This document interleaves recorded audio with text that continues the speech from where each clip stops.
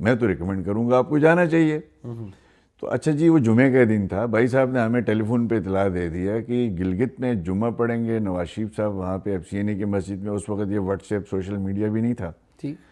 تو ہمیں کہا کہ لوگ جمع کر رہے ہیں, نواز شریف صاحب آ رہے ہیں مسلم لیگ سیکریٹریٹ میں, وزیر اعظم اسلامی جمہوریہ پاکستان. تو ہم نے وہاں جتنی مساجد تھی ان میں اعلان کروایا کہ نواز شریف صاحب آ رہے ہیں. تو نواز شریف صاحب آئے, ہمارا جو پارٹی سیکریٹریٹ تنگ سی سیڑھیاں اوپر چڑھے, اور جنرل مشرف کو میں نے دیکھا, میں اس وقت طالب علم تھا, نیچے ایک سبزی والا کا تختہ پڑا ہوا تھا, اس کے اوپر کبھی بوٹ رکھتا تھا, کبھی پاؤں اس پہ رکھتا تھا, وہ اوپر نہیں گئے. مسلم لیگ سیکریٹریٹ کا جو ہے وہ چبوترا سے بنا تھا, وہاں سے پبلک سے ایڈریس کر رہے تھے. جنرل مشرف کو میں نے وہاں ہاتھ میں سٹک لیتے ہوئے وہاں گھومتے ہوئے دیکھا.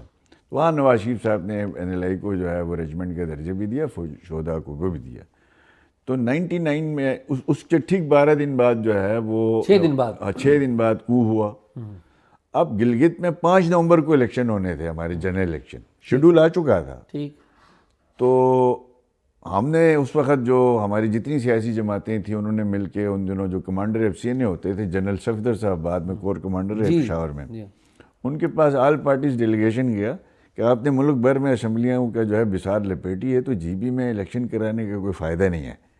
تو آپ جب ملک میں اسمبلیاں بحال کرتے ہیں تب یہاں الیکشن کروا دیں. انہوں نے کہا نہیں, جو نواز شریف نے شیڈول دیا اس کے مطابق ہوگا. اچھا, جنرل صفدر نے کہا. ادھر والوں کا تو قصور یہ, انہوں نے ہمارے چیف کا جہاز اغوا کیا, GB والوں کا قصور نہیں, اس لیے ٹائم پہ الیکشن ہوگا. اب خیال یہ تھا کہ بھائی نواز شریف جیل میں ہے, پارٹی بین ہو چکی ہے, کوئی اندر ہے کوئی باہر ہے, تو نون لیگ کو تو سیٹیں نہیں ملیں گی. اس الیکشن میں اس ساری صورتحال کے باوجود 12 کو کو ہوتا ہے, 5 نومبر کو مسلم لیگ نون کو 12 میں سے 8 سیٹیں ملی. ٹھیک, ہم لارجسٹ پارٹی بنے, 2/3 بن گئی نا. 2/3 تقریباً 8, مطلب یہی تھی کہ سب سے زیادہ پارٹی ایک کی ممبر پیپلز پارٹی کے 5 تھے, ایک تحریک جعفریہ کے 4 تھے, باقی کچھ آزاد تھے. الغرض وہاں پھر تحریک جعفریہ اور مسلم لیگ نون کی کولیشن گورنمنٹ بنتی ہے. اس میں میرے بھائی صاحب جو ہے وزیر تعلیم تھے, اور اس کو کہتے تھے مشیر تعلیم. ٹھیک. اس وقت ہمارا چیف ایگزیکٹو ہوتا تھا وزیر امور کشمیر. ٹھیک. تو بھائی صاحب نے ایک اسٹرگل کی, پیس ریسٹور کروایا, گلگت کا امن بحال ہو گیا. اور ایک واقعہ ہوا, وہ واقعہ یہی تھا کہ نگر میں کچھ گلگت کے نگر کے کچھ اہل تشریف آئی تھے, وہاں پہ ایک بم دھماکے میں وہ وہاں ان کو شہید کیا گیا. ان کی ڈیڈ باڈیز گلگت لائی گئی. بھائی صاحب نے کہا ان کو ہیلی کاپٹر میں جو ہے آپ شفٹ کر دیں نگر ڈسٹرکٹ. تو وہاں فیصلہ یہ ہوا نہیں, یہ گلگت انجمن امامیہ کے دفتر لے جایا جائے گا. تو اس دوران جلوس نکلے, اس جلوس کے دوران جو ہے وہ بہت زیادہ خطرات پیدا ہو رہے تھے. تو بھائی صاحب نے اس جلوس کو خیریت سے گزارا. ٹھیک ٹھیک. اسی ہماری ہی کمیونٹی کے ایک انتہا پسند نے اگلے 2 ہفتے بعد بھائی صاحب کو ہمارے گھر کے دروازے پہ شہید کیا. ٹھیک ہے, ویری سیڈ. تو سید سیف الرحمان مسلم لیگ نون میں کی جو جان بنی ہوئی ہے نا, GB میں جو ہماری لیگیسی ہے وہ شہید سیف الرحمان ہے, جس کو اکراس دی بورڈ تمام کمیونٹیز میں اس کو کہتے ہیں شہید امن. ٹھیک, بالکل. تو آپ کے بھائی جو ہے وہ شہید ہو گئے جی, اور پھر آپ کو سیاست میں آنا پڑ گیا. یہ 19 مارچ 2003 کو بھائی صاحب کی شہادت ہوئی. اور اس کے بعد چونکہ میں جماعت میں بھی نہیں تھا اس وقت, میں چیمبر آف کامرس میں سینئر وائس پریزیڈنٹ تھا اور بزنسز میں انوالو. آپ جماعت اسلامی میں تھے؟ نہیں, میں جمعیت طلبہ میں رہا ہوں. مولانا فضل الرحمان صاحب کی جو اسٹوڈنٹ ونگ رہی ہے اس کا میں لاہور کا بھی صدر رہا ہوں. ٹھیک ہے. اسٹوڈنٹ ونگ کا, اور GB کا بھی میں صدر رہا ہوں. JUI میں عملاً میں کبھی شامل نہیں ہوا. میں چونکہ خاندان میں آلریڈی پالیٹکس میں بھائی صاحب تھے تو میں بزنسز کی طرف گیا, اور بھائی صاحب کی سپورٹ کے لیے ہم جو کچھ کر سکتے تھے کرتے ہیں. تو بھائی صاحب کی شہادت ہوئی 19 مارچ 2003. ٹھیک. گلگت کی تاریخ کا سب سے بڑا اجتماع تھا. اس کے بعد چونکہ خاندان اور پارٹی ہماری سب نے یہ کہا کہ آپ الیکشن لڑیں. میرے 1-2 اور بھائی بھی تھے, ان کی خواہش تھی کہ میں نے ان سے کہا کہ ان کو لڑائیں, میں جو ہے وہ بزنس میں مصروف ہوں. ہمارا ایک سب سے چھوٹا بھائی تھا, 6 مہینے پہلے وہ کار ایکسیڈنٹ میں فوت ہوا تھا. اچھا. تو بہرحال مختصر یہ آپ کہ کتنے بہن بھائی ہیں؟ ہم 7 تھے, 3 بھائی فوت ہو چکے ہیں, اس وقت 4 ہیں الحمدللہ. خدا آپ کو خیریت. ایک ہماری بہن ہے جی. ماشاءاللہ ماشاءاللہ. تو ہوا یہ کہ اب ہمارے خاندان کے اندر تقسیم آ گئی. ٹھیک. اب مشرف کا عروج تھا نا 2003, تو جو آفیسر طبقہ تھا, جو بزنس طبقہ سے تعلق ہے, انہوں نے کہا جی آپ آزاد الیکشن لڑیں یا کیوں لیگ کا ٹکٹ لے لیں. تو میں زمانے طالب علمی سے جو ہے وہ آپ جیسے دوستوں سے تعلق رہا, جس کی وجہ سے میں نے کہا جی وہ جماعت جس کے لیے میرے بھائی نے 25 FIRیں بکتی, 20 سال اپنی جوانی کی لگایا ہے, مجھے وہ جماعت نہیں چاہیے, اس کے نام پہ ووٹ ضرور چاہیے. تو مجھے یہ قبول نہیں, میں الیکشن لڑوں گا تو نون لیگ کی ٹکٹ پہ لڑوں گا, ادروائز میں الیکشن نہیں لڑتا. میں بھاگ کے اسلام آباد آ گیا. تو پھر پیچھے ہماری خاندان والوں نے سب نے مل کے جرگہ ورگہ کیا, تو بہرحال مجھے کہا کہ آپ نون لیگ سے ہی لڑیں. تو میں نے جاوید ہاشمی صاحب سے ٹکٹ لیا. جاوید ہاشمی صاحب, جی جی اس وقت لیڈر آف دی جی اپوزیشن. جی جی جی جی نواز شریف صاحب جدہ میں تھے, انہوں نے میرے بھائی صاحب کی شہادت پہ کال کی تھی. اور اس کے بعد جب یہ الیکشن ہوا تو وہ الیکشن نہیں تھا, ہم نے کمپین نہیں کی تھی, پیپلز پارٹی کے ساتھ تھا. اور ہمارا جو ہے وہ 2/3 سے لوگوں نے, ہم گھر بیٹھے ہوئے تھے, بھائی صاحب کے نام پہ ہمیں ووٹ دیے, تو ہم جیت گئے. 2004 میں وہاں پہ کاف لیگ کی گورنمنٹ بنی, مشرف نے آ کے اعلان کیا کہ ہم نے یہاں کاف لیگ بنانی ہے. تو ہم 8 ممبران اسمبلی تھے نون لیگ کے, اسپیکر ہمارا تھا, 2-4 وزیر ہمارے تھے, ہمارے صوبائی صدر سمیت 7 لوگ جو ہے ممبران اسمبلی کو کاف لیگ میں ڈالا گیا. اس وقت یہ سارا کام جنرل احتشام ضمیر تھے, جنرل احتشام تھے, ایک بریگیڈیئر چپ کے نام سے مشہور تھے, ریاض چپ, بریگیڈیئر ریاض چپ, جی ہاں جی ہاں, اور ایک صاحب تھے کرنل فہیم صاحب. ہم نے ان کو بہت سمجھایا ٹھیک ان دنوں کہ بھائی یہ کام نہ کریں, یہ فیڈریشن کی پارٹیاں ہیں, یہ علاقہ پنجاب نہیں ہے, سندھ نہیں ہے, یہ کانسٹیٹیوشن میں نہیں ہے, بہت بڑے مسائل ہیں جو فیڈرل پارٹیاں ہم نے بڑی مشکل سے یہاں بنائی ہیں, آپ ان کو توڑ دیں گے تو آپ سے نئی پارٹیاں بن نہیں پائیں گی گملوں میں, اس کا نقصان ریاست کو اٹھانا پڑے گا, جی بی کو اٹھانا پڑے گا. تو ہماری بات انہوں نے نہیں مانی, ہمارے سارے لوگوں کو کاف لیگ میں لے کے گئے. اور اس کے بعد ہمیں مسلم لیگ نون جیسی جماعت کو 24 حلقوں میں ہم صرف 4 حلقوں میں الیکشن لڑ سکے. 2004 کا جو الیکشن تھا صرف 4 میں, ان میں سے 2 سیٹیں ہم جیت گئے, میں بھی جیت گیا, میرے ساتھ ایک اور ممبر صاحب تھے, آج دنیا میں نہیں, وہ بھی جیت گئے. اور جو 8 لوگ لے کے گئے تھے وہ سب کے سب ہار گئے, ٹھیک ہے نا. اب کاف لیگ کو ٹوٹل سیٹیں ملی 24 میں سے 4, ہمیں ملی 2, پیپلز پارٹی کو ملی 4, اور 9 آزاد ارکان تھے, ان کو کاف لیگ کے ساتھ ملا کے ایک مصنوعی گورنمنٹ بنائی. اور 2004 سے 2009 تک چلے جاتے ہیں تو 450 بندہ فرقہ وارانہ بیس پہ قتل ہو گیا. اتنا زیادہ سیکٹرین وائلنس. جی, کوئی سیاسی جماعت تھی ہی نہیں جو ان کو ڈیل کر سکے, ٹھیک, کیونکہ آپ نے آرٹیفیشیل چیزیں کی ہوئی تھی.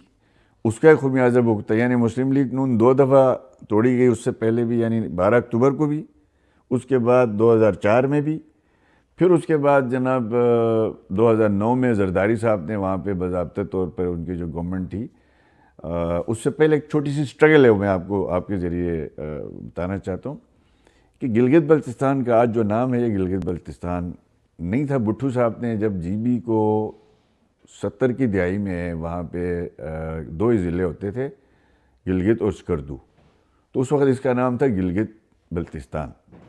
تو دیامر ڈسٹرکٹ بنا کے ہمارا نام چینج کر کے ہمیں ناردرن ایریا کر دیا گیا. ٹھیک, اب اس کا ہم نے جب 2005 میں زلزلے آئے کشمیر میں, بالاکوٹ وغیرہ میں, اور وار اگینسٹ ٹیررزم چل رہی تھی, تو ہر طرف میڈیا میں خبریں, ناردرن ایریا میں طالبان, دہشت گردی, ہمارا ٹوریزم سیکٹر بہت افیکٹ ہو گیا. تو میں اس وقت اپوزیشن لیڈر تھا اس اسمبلی میں 4 سے لے کے 9 تک. تو ہم نے ایک آل پارٹیز کانفرنسیں بلا کے ہم نے گلگت بلتستان میں جو ہے ایک نام پہ ہم نے اتفاق کیا, وہ گلگت بلتستان تھا. اور اتفاق رائے ہم نے اسمبلی سے حاصل کرنے کے بعد, میں خود قمر الزمان قاہرہ صاحب جو ہے آج حیات ہیں, وہ ہمارے وزیر امور کشمیر تھے, تو ہم نے ان سے ملاقات کی کہ بھٹو صاحب نے ہم سے یہ نام 1900 جو ہے وہ 74 میں چھینا تھا, اب آپ, ہم سب نے اتفاق رائے کیا, آپ برائے مہربانی ہمیں گلگت بلتستان کا نام آپ ہمیں واپس کر دیں. تو 2009 کا جو گورننس آرڈر 2009 بنا, اس میں ہمارا جو ہے نام گلگت بلتستان واپس آ گیا. ٹھیک ہے جی, یہ ایک ریکارڈ ہے, ہسٹری ہے. اور اس وقت چیف ایگزیکٹو کا عہدہ متعارف کروایا گیا, یعنی چیف منسٹر کا, کابینہ, اسمبلی, یہ پورا 2009 میں ایک نظام باضابطہ طور پر ایڈمنسٹریٹو پروونس کے طور پر آ گیا. اب 2009 میں سائیڈ افیکٹ اس کا یہ ہو گیا کہ جو پہلے پروونشل سبجیکٹ تھی وہ فیڈرل سبجیکٹ ہو گئی. منرل, ہائیڈرو, ٹوریزم, فارسٹ, یہ جی بی کونسل میں چلی گئی, اسمبلی اس میں لیجسلیشن نہیں کر سکتی تھی. تو 2018 میں جب 2015 میں مسلم لیگ نون کو 2 تہائی اکثریت ملی, تو ہم نے جب پارٹی نے مجھے چیف منسٹر بنایا نواز شریف صاحب نے, تو ہم نے پھر 2018 کا آرڈر نواز شریف صاحب نے کیا, شاہد خاقان عباسی صاحب, ایگزیکٹو آرڈر تھا جی, ایگزیکٹو آرڈر, اور اس کے تحت جو پنجاب کے, ملک کے 4 اسمبلیوں کے برابر جو لیجسلیشن پاورز تھے وہ ہمیں بھی مل گئی. جی بی اسمبلی کو بھی. باقی چیف منسٹر کے پاس جو پرنسپل پالیسی کا اختیار تھا وہ گلگت بلتستان کے چیف منسٹر کو بھی ملا, اور صرف فرق یہ تھا کہ ہمیں جو اختیارات ملے وہ ایگزیکٹو آرڈر کے ذریعے ملے ہیں, صوبوں میں جو اختیارات ہیں اس کو کانسٹیٹیوشنل پروٹیکشن حاصل تھی. اب اسی پورے دور میں بہت لمبے چوڑے واقعات ہوئے, اور الحمدللہ 2015 سے 20 تک یہ واحد ٹینیور گلگت بلتستان میں کہلایا جاتا ہے جہاں پہ کوئی بدامنی نہیں ہوئی ہے, کوئی ایک فرقہ وارانہ واقعہ نہیں ہوا. اچھا حافظ صاحب, یہ ہم گلگت بلتستان کے اوپر آئیں گے, ظاہر یہ آپ کا ایریا ہے اور ہم سمجھتے ہیں کہ اس کے اوپر بات ہونی بھی چاہیے, لیکن میں جاننا چاہتا ہوں کہ 2015 میں جولائی کے مہینے میں 25 جولائی کو آپ چیف منسٹر گلگت بلتستان کے طور پہ حلف اٹھاتے ہیں, اور یہ وہ ٹائم ہے جب مرکز میں نون لیگ کی حکومت ہے, نواز شریف مرکز میں ہے, اور at that time general Raheel Sharif army chief ہیں, general Rizwan D G I S I ہیں, اور فوج کا اور مرکزی حکومت کا آپس میں ایک جسے کہتے ہیں ایک پیج نہیں ہے, اور جو اسٹیبلشمنٹ ہے وہ بڑی تنگ کر رہی ہے. اس ماحول میں آپ بنتے ہیں چیف منسٹر, تو یہ جب چیف منسٹر بنتے ہیں تو یہ ہیٹ آپ کو فیل ہو رہی تھی جب آپ ادھر حلف اٹھا رہے تھے؟ نہیں دیکھیں, وہاں پہ جنرل عاصم منیر صاحب کمانڈر ایف سی این اے تھے گلگت بلتستان میں, جو آج ہمارے فیلڈ مارشل ہیں. ٹھیک. تو ہمارا جو الیکشن تھا الحمدللہ وہ کسی ریاستی ادارے کی سپورٹ کے بغیر فری اینڈ فیئر الیکشن جو ہوا, جس کو ہمارا دشمن بھی ایکسیپٹ کرتا ہے, اس میں مسلم لیگ نون کو 2 تہائی اکثریت ملی, جماعت نے, میری لیڈرشپ نے میری ذات پہ اتفاق کیا, اور ہمیں تو کوئی ایسی ہیٹ وہاں محسوس نہیں ہوئی. اس کے بعد جا کے جب 2014 کے دھرنے کے اثرات جو ہے وہ 15 میں زائل ہو چکے تھے, پھر اس کے بعد آ کے کچھ ہم نے فیل ضرور کیا کہ نیشنل سطح پہ کچھ ڈویژن ضرور ہے. اچھا, ہم اس کے اوپر بعد میں جاتے ہیں. آپ یہ بتائیں کہ آپ نے چیف منسٹر گلگت بلتستان کا حلف اٹھایا, تو at the same time general Asim Munir وہاں پر میجر جنرل کی حیثیت سے کمانڈر تھے. تو کیا پہلی میٹنگ ہوئی آپ کی اور جنرل عاصم منیر کی, اور کیا پرسنالٹی تھی؟ ظاہر ایٹ دیٹ ٹائم تو آپ کو نہیں پتا تھا یہ آرمی چیف بنیں گے. جی جی جی. تو کیا ان کی جو طریقہ کار تھا ایٹ دیٹ ٹائم ایک سولین گورنمنٹ کے ساتھ ڈیل کرنے کا؟ میں سمجھتا ہوں کہ یہ ایک بڑے یادگار لمحات بھی ہیں, چونکہ گلگت بلتستان ابھی اپنے ارتقائی سفر طے کر رہا تھا, ڈیولپمنٹ ایک سی پیک کا ابھی آغاز ہو رہا تھا, اور نواز شریف صاحب نے بڑے ڈیولپمنٹ پروجیکٹس اناؤنس کیے ہوئے تھے, اور ہم نے 2/3 میجورٹی نون لیگ کو ملی تھی, اکراس دا بورڈ تمام کمیونٹیز نے پارٹی کو ووٹ دیا تھا. تو ہمارے لیے سب سے بڑا چیلنج یہ تھا کہ وہاں کا جو لا اینڈ آرڈر ہے اس کو پرامن رکھا جائے گلگت بلتستان میں, ٹورزم کو فروغ دینے کے لیے, بزنس کو. تو اس میں چونکہ میں نے جنرل عاصم منیر صاحب سے اس وقت ہماری نشست ہوئی, اور وہ کمانڈر ایف سی این اے تھے. آپ ان کے دفتر میں گئے یا؟ جی, ایپیکس کی میٹنگ ہوئی. اچھا, ایپیکس کمیٹی ہوتی تھی. اس سے پہلے تو 1 رمضان کو میں نے حلف لیا تھا, اور اسی دن افطاری کے لیے ہم ایف سی این اے میں جمع ہو گئے تھے. پھر تراویح بھی میرے خیال میں وہاں پہ تراویحیں جو ہے وہ مجھے معلوم نہیں تھا کہ جنرل عاصم منیر صاحب جو ہے وہ پریکٹسنگ حافظ ہیں. اچھا, اور میں سمجھا کہ بعض لوگ ویسے ہی لکھتے ہیں. تو کیا بات چیت ہوئی ایٹ دیٹ ٹائم؟ تو بال تراویحیں تو ہم نے مل کے پڑھی. نہیں, وہ مجھے پتا چلا کہ 15 تراویح آپ نے پڑھائی اور 15 انہوں نے پڑھائی. 10 میں نے پڑھائی تھی. اچھا. اور 10 انہوں نے پڑھائی تھی. اور میں اس بات سے بڑا, میں علن کی تھوڑی بہت میں نے رمضان میں تراویحیں میں نے سنائی بھی ہیں, لیکن میں نے دیکھا جو حافظ صاحب کا لہجہ تھا اور روانی تھی جنرل عاصم منیر صاحب کو, یعنی جس طریقے سے ان کو یاد تھا اس طرح مجھے یاد نہیں تھا ایٹ دیٹ ٹائم. بالکل جی. اور وہ ریپیٹلی رمضان شریف میں جاتے تھے اکثر, جو ہے وہ آخری عشرہ عمرہ کرنے کے لیے وہیں پہ بیٹھ کے پورے ریپیٹ کرتے تھے قرآن شریف کو. تو ماشاءاللہ اس معاملے میں سمجھتا نہیں, تو انیشلی اس وقت کیا اس موضوع پہ یا اور موضوعات پہ جنرل عاصم منیر فرسٹ ہم نے یہ کہنا کہ لا اینڈ آرڈر ہے جی. تو لا اینڈ آرڈر کے حوالے سے ہم نے بیٹھ کے مشاورت یہی کی کہ ہم نے ان سے پوچھا کہ آپ کی کوئی ترجیحات ہوں. انہوں نے یہ کہا, خدا گواہ ہے آج کی یہ بات میں نہیں کر رہا ہوں, میں نے ہر جگہ میں یہ بات کی ہوئی ہے, ریکارڈ پہ آج آپ کی سامنے یہ بات آ رہی ہے. جنرل عاصم صاحب کو اللہ پاک جزائے خیر دے، انہوں نے کہا دیکھیں ہماری ترجیح یہ ہے کہ جی بی میں چونکہ سی پیک شروع ہو رہا ہے، یہاں پہ امن رہنا چاہیے، پیس رہنا چاہیے، گورننس ہونی چاہیے، سروس ڈیلیوری ہونی چاہیے، اس میں جہاں ہماری ضرورت پڑے گی ہم آپ کے ڈسپوزل پہ. اچھا. تو الحمدللہ ان 2 سال جو گزر گئے، ہم نے ایک مضبوط بنیاد رکھی. نیشنل ایکشن پلان کے تحت اپیکس کمیٹیز بنی، اس کے نیچے جو ہے ہم نے ڈسٹرکٹ کی جو اپیکس کمیٹیز بنائیں، ڈویژنل اپیکس کمیٹیز بنائیں. ان کی بھرپور طور پر ہمیں سپورٹ رہی تمام انٹیلیجنس اداروں کی بھی. اب اس دوران جو ہے ہم نے بڑے تگڑے اور کڑوے فیصلے بھی کیے، چونکہ آپ نے ایک جنگ زدہ یا آفت زدہ یا فرقہ وارانہ ماحول میں آپ نے کوئی کڑوے فیصلے بھی کرنے ہیں. تو جتنے فیصلے کیے ہم نے اپیکس کمیٹی میں کیے. جنرل عاصم صاحب بھی تھے ایز اے چیف منسٹر، میں چونکہ صدارت آپ کرتے جی ہوں؟ میں کرتا تھا.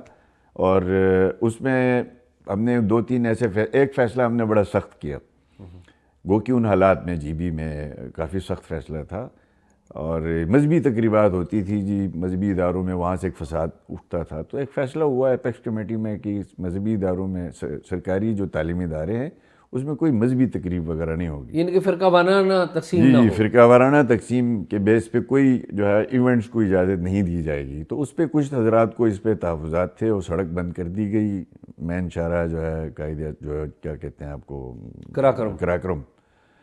تو بات چیت ہماری ایڈمنسٹریشن ان سے کر رہی تھی. اس دوران مجھے پرائم منسٹر نواز شریف صاحب کی کال آئی میرے قائد کی کہ سی پیک کا فرسٹ قافلہ آ رہا ہے، 80 کنٹینرز پہ مشتمل ہے، اور آپ نے خیریت سے جو ہے وہ گزارنا ہے، خود نگرانی کرنی ہے. اور یہ چین سے آ رہا تھا؟ یہ چائنا سے آ رہا تھا. ٹھیک. سی پیک کی فرسٹ ایکسپیریمنٹ تھا یہ، جو گوادر جانے تھے. جی ہاں. تو ان کو پتہ نہیں تھا کہ یہاں پہ روڈ بند ہے، چونکہ ہم نے اس کو چھپایا ہوا تھا معاملے کو، زیادہ خبریں بھی لگنے نہیں دی تھی.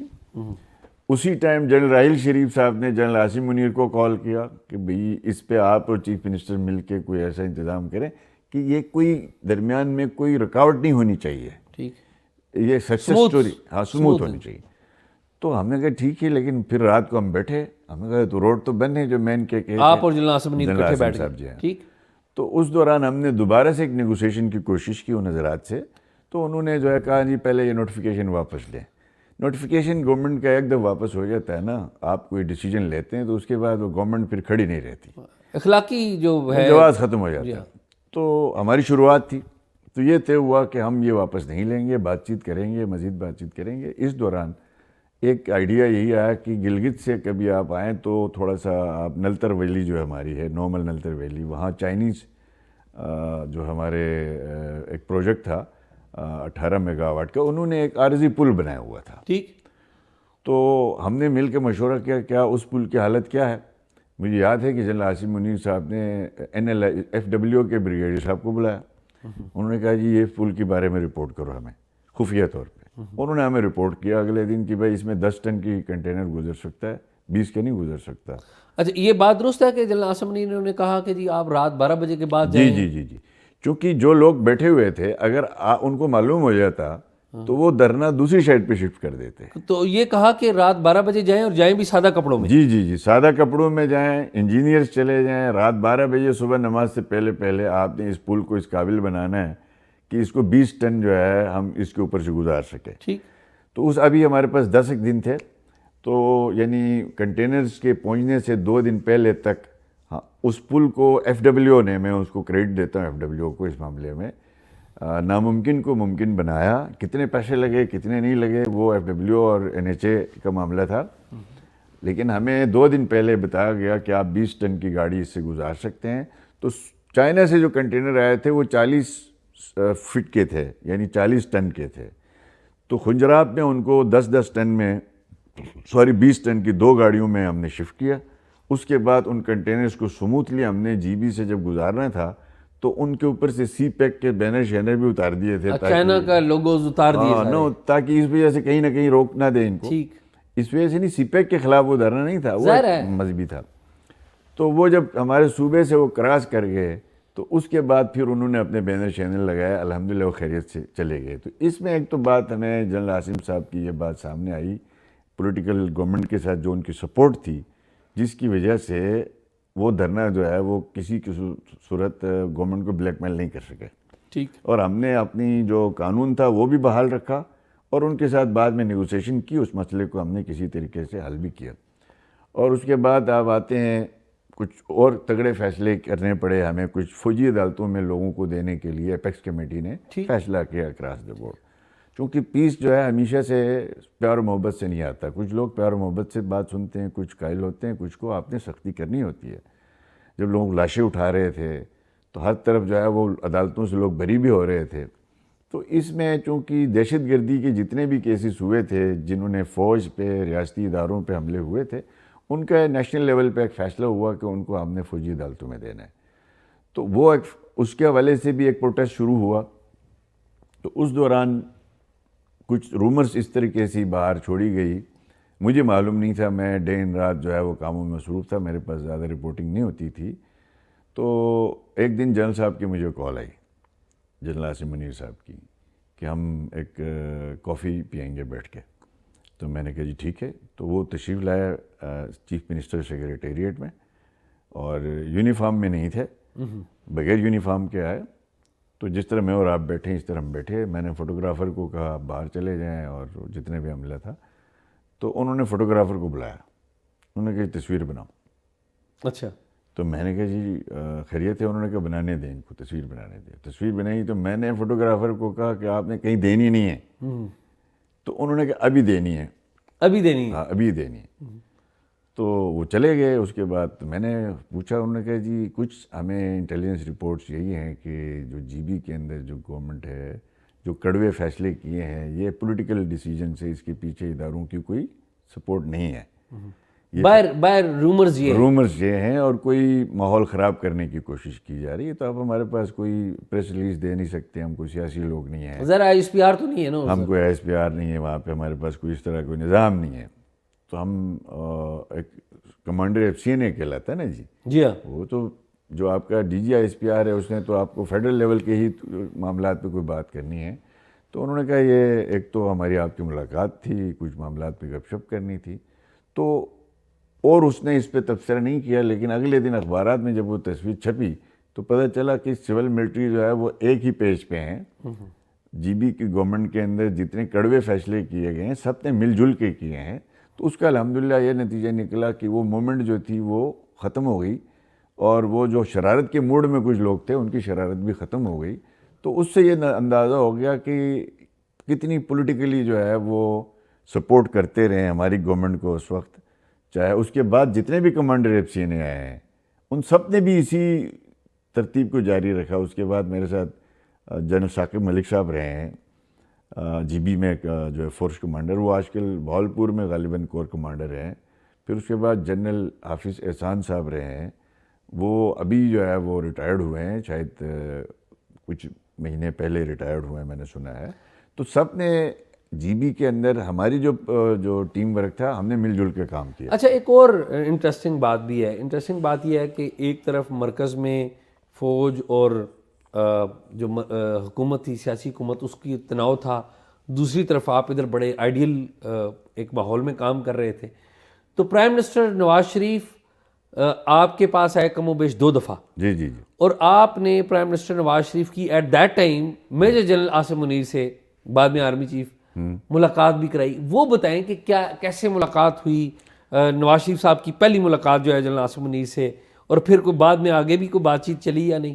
دیکھیں اس میں 2015 کی ہی بات ہے یہ. ٹھیک. جب ہماری گورنمنٹ بنی, نواز شریف صاحب نے ہمیں ایک 100 دن کا ایجنڈا دیا تھا. ٹھیک. کہ 100 دنوں میں آپ نے یہ چیزیں اچیو کرنی ہے, ٹارگٹ تھا. تو اس کی جب 100 دن پورے ہو گئے تو وہ نواز شریف صاحب مانیٹرنگ کے لیے خود گلگت تشریف لایا. تو اس دوران جو ہے وہ جنرل عاصم منیر صاحب ایئرپورٹ میں کمانڈر ایف سی نے ان کو ریسیو کرنے آیا یونیفارم میں, اپنی پوری فل یونیفارم پروٹوکول کے ساتھ. ٹھیک. تو عموماً آج تک ہم نے نہیں دیکھا کہ پرائم منسٹر کو لینے کے لیے, چونکہ ان کے پروٹوکول میں نہیں ہے, چونکہ وہ پولیٹیکل آفس ہے. تو جنرل عاصم صاحب آئے, انہوں نے وہاں پہ نواز شریف صاحب سے پہلی, میرے حساب سے وہاں پہلی ملاقات ہوئی. ٹھیک. اور کمانڈر ایف سی سے. تو جنرل عاصم منیر صاحب کی خواہش یہی تھی کہ پرائم منسٹر صاحب, اور جو چونکہ ایک علاقہ تھا ہمارا خپلو, وہاں پہ فلڈ آیا ہوا تھا, کافی سارے جو ہے بارشوں سے تباہی ہوئی تھی, اور بریفنگ ہماری تھی وہاں پہ بریگیڈ میں. ٹھیک. ٹھیک. تو آرمی کی ہیلی بھی تھی اور ہمارے ساتھ جو ہے وہ پرائم منسٹر کی ہیلی کاپٹر بھی تھا، جس میں چودھری برجیز طاہر صاحب جو ہے ہمارے وزیر امور کشمیر تھے وہ بھی تھے، اور جنرل عاصم منیر صاحب بھی تھے. ان کی میاں صاحب کی بھی خواہش تھی، ان کی بھی خواہش تھی کہ وہ کمانڈر ایف سی نے اسی جہاز میں ہیلی کاپٹر میں. یعنی کہ جس میں پرائم منسٹر ہوں جی جی جی اسی میں جنرل جی عاصم جنرل عاصم منیر بھی تھے، چودھری برجیز طاہر صاحب بھی تھے، میں بھی تھا. تو اس دوران انہوں نے جی بی کے جو پہاڑ ہیں، جو وہاں کی صورتحال ہے، ڈیموگرافک صورتحال ہے، اس کے بارے میں کافی بریف کرتے رہے.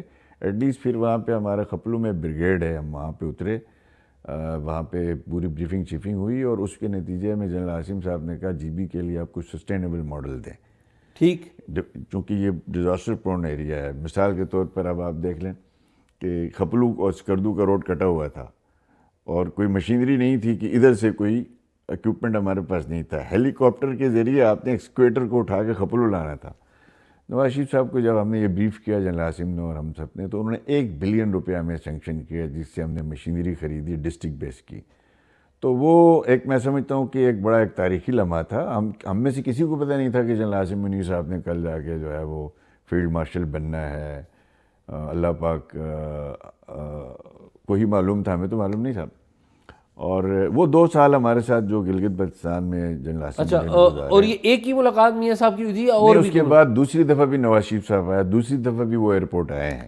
تو کوئی یاد ہے آپ نے کیا تعارف پہلی دفعہ کروایا؟ نہیں، تعارف میاں نہیں، صاحب کو یاد تھا؟ جی، دوسری دفعہ ایک دفعہ ایسا ہوا کہ میں یہاں پہ نواز شریف صاحب کو اس کے بعد سو کال جو ثاقب نثار وغیرہ نے جو ڈسکوالیفائی کیا، پھر اس کے بعد ان کو جو ہے اڈیالہ جیل میں تھے. ٹھیک.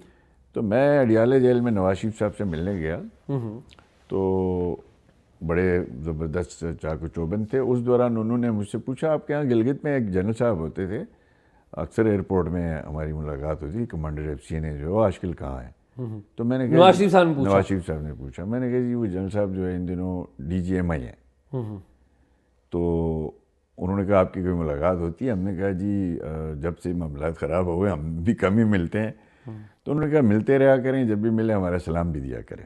اچھا. جی جی، یہ 2019 کی بات ہے، جب میاں صاحب جیل میں جیل میں تھے، اڈیالہ جیل میں. جی جی جی. اچھا، اور میاں صاحب کو ایٹ دیٹ ٹائم پتہ نہیں تھا کہ یہ وہی جنرل صاحب ہیں ڈی جی ایم آئی جو کہ؟ نہیں، میاں صاحب کو معلوم نہیں تھا. اچھا. ابھی کوئی تیسرا چوتھا مہینہ تھا ان کا ٹھیک ہے. ڈی جی ایم آئی بنے ہوئے نا جنرل عاصم منیر کا. تو پھر آپ نے سلام پہنچایا یا نہیں پہنچایا؟ جی ہم نے پہنچایا. جی اچھا، پہنچایا. سلام پہنچایا. جی ہاں. اور وعلیکم السلام بھی آئی؟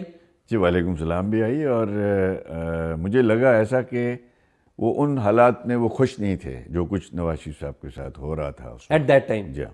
کچھ اظہار بھی کیا یا اٹ واز جسٹ؟ بس اتنی سی میں نے محسوس یہی کیا کہ اس سلوک کے وہ مستحق نہیں ہیں جو ان کے ساتھ ہو رہا ہے. یہ جنرل صاحب ایٹ دیٹ ٹائم کہہ رہے جی تھے؟ اس وقت کچھ اس طرح کی ان کی لمحات اور یا کچھ شاعروں کے نایوں میں جو میں سمجھا. ٹھیک، جو آپ سمجھے. اچھا، یعنی کہ نواز شریف صاحب جیل میں. اچھا، آپ تھوڑا سا اور ریورس جاتے ہیں. 2015 میں آپ چیف منسٹر کے طور پہ آتے ہیں، ٹربولنٹ ٹائم ہے، آپ اپنے صوبے میں تو ٹھیک چیزیں لے کے جا رہے ہیں، لیکن ادھر مرکز میں حالات خراب ہیں. اور جب بھی چاروں چیف منسٹرز کو بلایا جاتا ہے تو 2 بندوں کو ضرور بلایا جاتا ہے، ایک گلگت بلتستان کے وزیر اعلیٰ کو اور وزیر اعظم آزاد کشمیر کو. تو ٹیکنیکلی 6 بندے ضرور آتے ہیں، ان میں آپ بھی. پریسائسلی 6 اکتوبر 2016 کو یہاں پر ایک میٹنگ ہوئی تھی.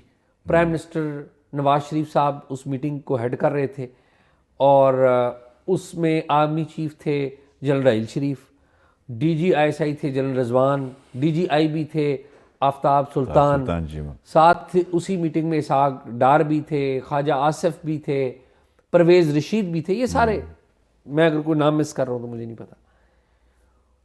اس میٹنگ کی خبر آئی تھی ڈان اخبار میں. سرل المیڈا ہمارے دوست، انہوں نے ایک بڑی تہلکہ خیز خبر دی کہ پرائم منسٹر نے کہا کہ یہ جو ہم جہادی تنظیموں یا عسکریت پسند تنظیموں کو سپورٹ کرتے ہیں یہ ختم ہونی چاہیے، اور پولیس کو اور انٹیلیجنس اداروں کو ایک جسے کہتے ہیں کمانڈ کے تحت ان کی بےخونی کرنی چاہیے. آپ اس میٹنگ میں موجود تھے، آج اتنے سال گزر گئے ہیں، آج بتائیں کہ ہوا کیا تھا؟ دیکھیں اعزاز بھائی، وہاں چونکہ نیشنل ایکشن پلان جو بنا تھا اس کا جو ڈیزائن یہی تھا کہ صوبوں میں وفاق میں جتنی بھی انتظامیہ ہے، سول ایڈمنسٹریشن ہے، پولیٹیکل گورنمنٹ ہے، ریاستی ادارے ہیں، یہ دہشت گردی کے حوالے سے ایٹ لیسٹ ہم جو ہے وہ ایک ہی موقف اپنائیں گے. ٹھیک. تو اس کے نیچے ایپیکس بنی تھی، اس کے بعد اوپر جو ہے نیکٹا تھا، یہ سارا فورم چل رہا تھا. تو یہ ڈسکشن اکثر ہوتی تھی کہ جی ہمیں یہ شکایت ہے، ہمیں یہ پرابلم ہے. ایڈمنسٹریشن شکایتیں کرتی تھی، پولیٹیکل گورنمنٹ کہتی تھی، بعض دفعہ ادارے بھی کہتے تھے کہ یہ جو ہے آپ کے لوگ صحیح کام نہیں کر رہے ہیں، یعنی سول ایڈمنسٹریشن. تو یہ ایک ڈسکشن چل رہی تھی، اور اس ڈسکشن میں اس پرٹیکولر میٹنگ میں جی اس سے پہلے بھی یہ ڈسکشن ہوتی رہی ہیں، اس سے پہلے بھی کہیں نیشنل ایکشن پلان کی میٹنگز میں ہوتی رہی. لیکن اس میٹنگ کے دوران، یعنی یہ دوسری میٹنگ تھی میرے چیف منسٹر بننے کے بعد، تو میں سمجھتا ہوں کہ اس وقت یہاں پہ انویسٹمنٹ شروع ہو چکی تھی عمران خان صاحب پہ 2014 کے دھرنے میں جو ان کے ساتھ کمٹمنٹ کی گئی تھی. تو کچھ افراد تھے جو بدقسمتی کے ساتھ وہ ماحول کو تناؤ کی طرف لے جانے کی پوری کوشش کر رہے تھے. مثلاً دیکھیں، یہ جو آصف غفور صاحب جیسے لوگ تھے، شجاع پاشا صاحب جیسے لوگوں کی جو ہے وہ باقیات وہاں موجود تھی، اور بھی کچھ جنرل ہمارے جو تھے رحیل شریف صاحب تھے، ان کو اپنی فیم کا بڑا ایک چسکا تھا کہ کسی طریقے سے جو ہے وہ ریلیونٹ رہیں ہر ایشو پہ.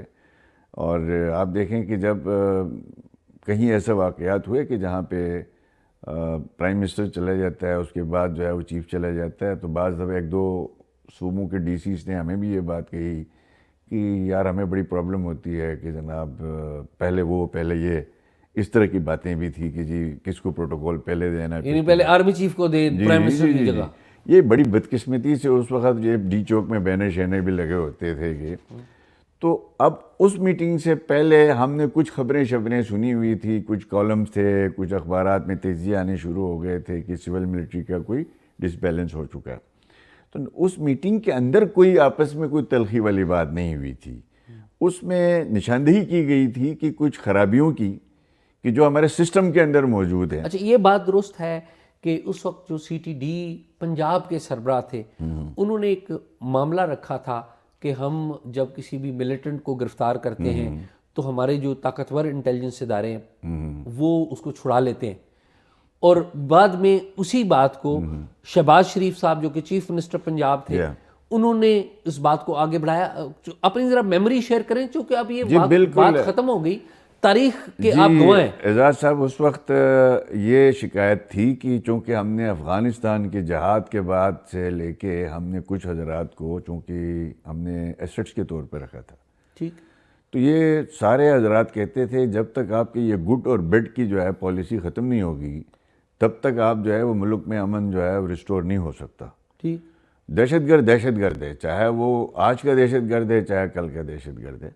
تو پنجاب کے اندر بھی مختلف صوبوں کے اندر بھی یہ بات آ رہی تھی کہ ہم جن لوگوں کو پکڑتے ہیں ان کو کچھ لوگ آگے چھڑا کے لے جاتے ہیں. ٹھیک.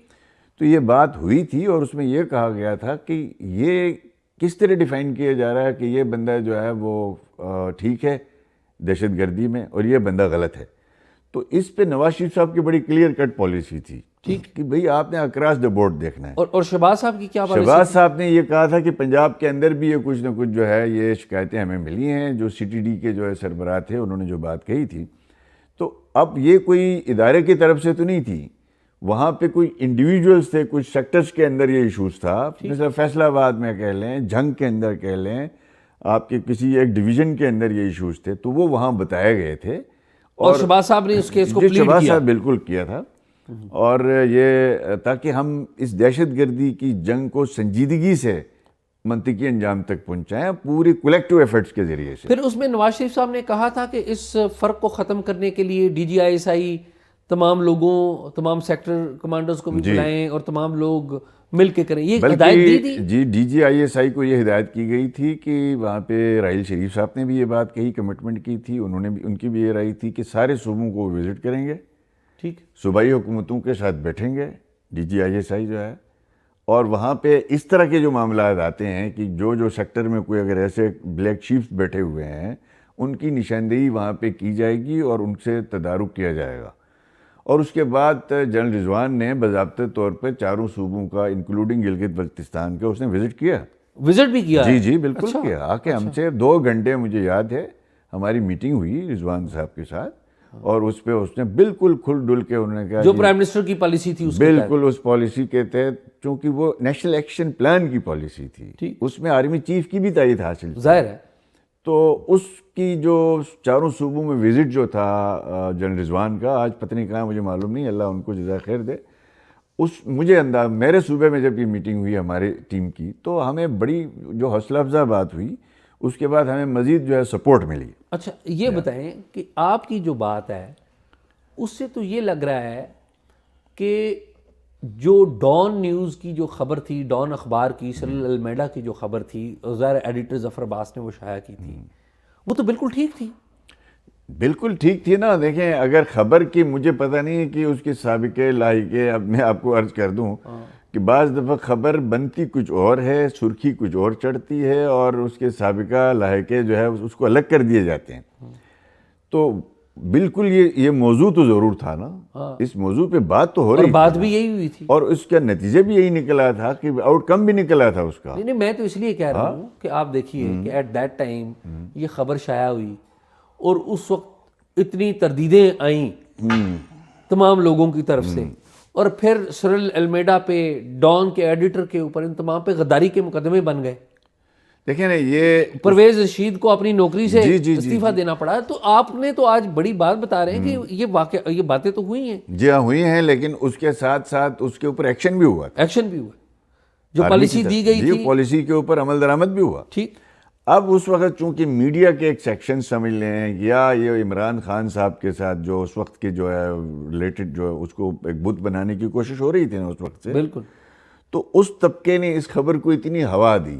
میرے لیڈر نواز شریف صاحب کی خواہش یہ تھی کہ ہمارا سی پیک ہے، دہشت گردی کے خلاف جنگ ہم لڑ رہے ہیں، 18 کی گھنٹے کی لوڈ شیڈنگ ہے، ان چیلنجز سے نپٹنے کے لیے ہمیں جو ہے وہ اپنے اختلافات کو، اپنی ذاتی خواہشات کو ایک طرف رکھنا چاہیے، تمام اداروں کو مل جل کے کام کرنا چاہیے۔ نواز شریف صاحب نے، آپ دیکھ لیں، میں آپ کو چھوٹی سی مثال دیتا ہوں کہ ایک دفعہ ہمارے ایک سینئر نے پوچھا کہ یہ کمپرومائز ہو گیا، یہ کمپرومائز ہو گیا، یہ کمپرومائز ہو گیا، کتنے ہمیں کمپرومائز کرنے پڑیں گے؟ ٹھیک، نواز شریف صاحب کے الفاظ مجھے یاد ہیں کہ انہوں نے یہ کہا کہ سسٹم کو چلانے کے لیے، گورننس کے لیے، ڈیلیوری کے لیے آپ کو کچھ کمپرومائز کرنے پڑیں گے، ورنہ تو پھر لڑائیوں میں یہ سارا، نہ آپ لوڈ شیڈنگ ختم کر سکیں گے، نہ آپ دہشت گردی کی جنگ کو شکست دے سکیں گے، نہ آپ سی پیک کو کامیاب کر سکیں گے۔ تو ہمیں کچھ نہ کچھ پیچھے ہٹنا ہے ایک قدم، اس لیے کہ ہم نے یہ 3 بڑے محاذ ہیں جو پاکستان کے لیے بہت ضرورت ہیں، اس لیے آپ نے، چونکہ اگر آپ کو اداروں کی سپورٹ نہیں ہوئی تو آپ ان بڑے مقاصد کی حصول ممکن نہیں ہوتا۔ اگر لڑائی ہو گورنمنٹ میں، سول ملٹری، تو آپ کیسے دہشت گردی کا خاتمہ کر سکتے تھے؟ الحمدللہ دہشت گردی کا خاتمہ ہوا نواز شریف صاحب کے زمانے میں، 18 گھنٹے کی لوڈ شیڈنگ تھی، اس سے قوم کو نجات دلانی تھی، کچھ سیکریفائزز کیے، کچھ ہم نے جو ہے وہ کمپرومائز بھی کیے ہماری لیڈرشپ نے، اس کے نتیجے میں آپ کی 18 گھنٹے کی لوڈ شیڈنگ کے خاتمے کو بھی اللہ پاک نے توفیق دی۔ لیکن وہ 18 گھنٹے کی لوڈ شیڈنگ تو ختم ہو گئی، میاں صاحب بھی ختم ہو گئے نا، انہیں بھی ہٹا دیا گیا۔ لیکن وہ جو ایجنڈا تھا ہمارا ایجنڈا یہ تھا کہ ہم آخر حد تک کوشش کریں۔ اچھا ایک بات اور میں پوچھوں گا کہ ڈان لیگز کے جو میٹنگ کے بارے میں آپ نے جو بات بتائی، اس کے بعد ایک کمیشن بھی بنایا گیا، ایک تحقیقاتی کمیٹی بنی کہ انہوں نے کہا جی ہم تحقیقات کریں گے کہ واقعی یہ بات ہوئی تھی یا یہ کس نے لیک، خبر کس نے کر دی۔ اس تحقیقاتی کمیٹی نے کوئی آپ سے بھی بات چیت کی تھی؟ نہیں، کوئی آپ سے رابطہ نہیں ہوا؟ نہیں، مجھ سے کسی نے کوئی بات نہیں کی اس موضوع پہ، اور غالباً مجھے یاد نہیں ہے کہ کوئی تحقیقاتی حوالے سے کوئی میرے پاس کوئی آیا ہو۔ نہیں ظاہر ہے کوئی تحقیقات ہوتی تو آپ کو یاد بہت سینئر لوگ موجود تھے، ان سے شاید کوئی پوچھا ہوگا اور انہی سے کوئی مشاورت ہوئی ہوگی، مجھ سے اس معاملے میں کسی نے نہیں پوچھا، کبھی نہیں پوچھا۔ اچھا اب ایک اور واقعہ ہوا کہ ڈان لیگز کی وجہ سے یہ ایک تناؤ بن گیا، معاملات آگے ہو گئے، پھر راحیل شریف صاحب کی ریٹائرمنٹ کا معاملہ بھی آ گیا۔ نومبر 2016 میں راحیل شریف صاحب نے ریٹائر ہونا تھا، اور راحیل شریف صاحب ایٹ دیٹ ٹائم جو رپورٹڈ بات ہے کہ وہ چاہتے تھے کہ ان کی ایکسٹینشن ہو جائے۔ ان باتوں کا کبھی آپ کو نوٹس میں آئی یہ بات کہ رحیل شریف صاحب ایکسٹینشن چاہتے ہیں یا باجوہ صاحب کی اپائنٹمنٹ ہو رہی ہے؟ یہ باتیں کبھی آپ نہیں، یہ تو چونکہ ہمارے نیشنل لیول کے اور بڑے لوگوں کا فیصلہ تھا، لیکن ایک چیز میں نے محسوس کی تھی، رحیل شریف صاحب نے گلگت میں ایک سی پیک کانفرنس کے لیے ایک ان کی طرف سے ریکویسٹ آئی تھی کہ ہم ایک بڑی کانفرنس کریں گلگت میں، ٹھیک ہے، 2016 میں اور اس دوران آپ کے نیشنل لیول کے جو ہے وہ سلیم صافی صاحب وغیرہ بہت سارے دوست بھی آئے۔ اب چونکہ میری فیڈرل میں گورنمنٹ تھی اور میں نے اپنے لیڈر نواز شریف صاحب سے پوچھنا تھا کہ اس طرح کی ایک بڑی کانفرنس ہم کرنے جا رہے ہیں اور اس کے لیے رحیل شریف صاحب کی خواہش ہے، ٹھیک، تو میں نے باضابطہ اس کی اجازت لی، آ کے پرائم منسٹر نواز شریف صاحب سے ملاقات کی، تو انہوں نے کہا جی چیف صاحب آ رہے ہیں، رحیل شریف صاحب آ رہے ہیں۔ میں نے کہا آپ بھی تشریف لائیں، انہوں نے کہا میری کوئی ان دنوں کوئی کمٹمنٹ تھی ان کی انٹرنیشنلی، تو ٹھیک ہے آپ کروا لیں۔ یہ ہم نے باضابطہ طور پر نواز شریف صاحب سے پوچھ کے منظوری لی، اور اس دوران ہم نے کوشش دیکھا یہ محسوس یہ کیا کہ رحیل شریف صاحب جو ہے وہ سی پیک سے زیادہ اپنی پروجیکشن چاہتے تھے۔ اچھا، وہ چاہتے تھے کہ میری ہاں جی، یہ ایک افسوسناک امر جو ہے۔ کوئی اس پہ ڈائریکٹ واقعہ کوئی یاد ہو آپ کو کہ جو دیکھا آپ نے محسوس جیسے کیا؟ نہیں، ہم نے تو وہی میڈیا کے اندر ہی ہم محسوس کرتے تھے کہ وہ جو ٹویٹ آنے شروع ہوتے تھے، اس کے بعد جو ہے وہ آصف غفور صاحب لگے رہتے تھے کہ جناب آئے روز ادھر وزٹ ادھر وزٹ، اس کی جو میڈیا کوریج، تو ٹھیک ہے اس حالات میں شاید وہ مناسب سمجھتے ہوں، لیکن محسوس کیا جا رہا تھا کہ ان کی خواہش ہے ایکسٹینشن کی، اور ان کی پروجیکشن بڑی ہر سطح پہ ہم بینرز دیکھتے تھے، ادھر بلیو ایریا میں بھی، لاہور میں بھی لگ گئے، ہمارے ہاں بھی کچھ بینرز لگ گئے، تو یہ باقی اندر کھانے کیا تھا کیا نہیں تو وہ نواز شریف صاحب اور آپ کو سب کچھ پتہ ہے۔ اچھا، ایک اور کریکٹر بھی تھے ایٹ دیٹ ٹائم جن سے یقینی طور پہ آپ کی ملاقات رہی ہوگی، وہ تھے چیف جسٹس اسلام آباد میں سپریم کورٹ آف پاکستان جناب ثاقب نثار صاحب، ہاں بالکل، جو کہ دیامر بھاشا ڈیم بنا رہے تھے آپ کے علاقے میں۔ تو جب دیامر بھاشا ڈیم بنانے کا ثاقب نثار صاحب نے فیصلہ کیا تو وہ کوئی آپ سے مشاورت کی تھی؟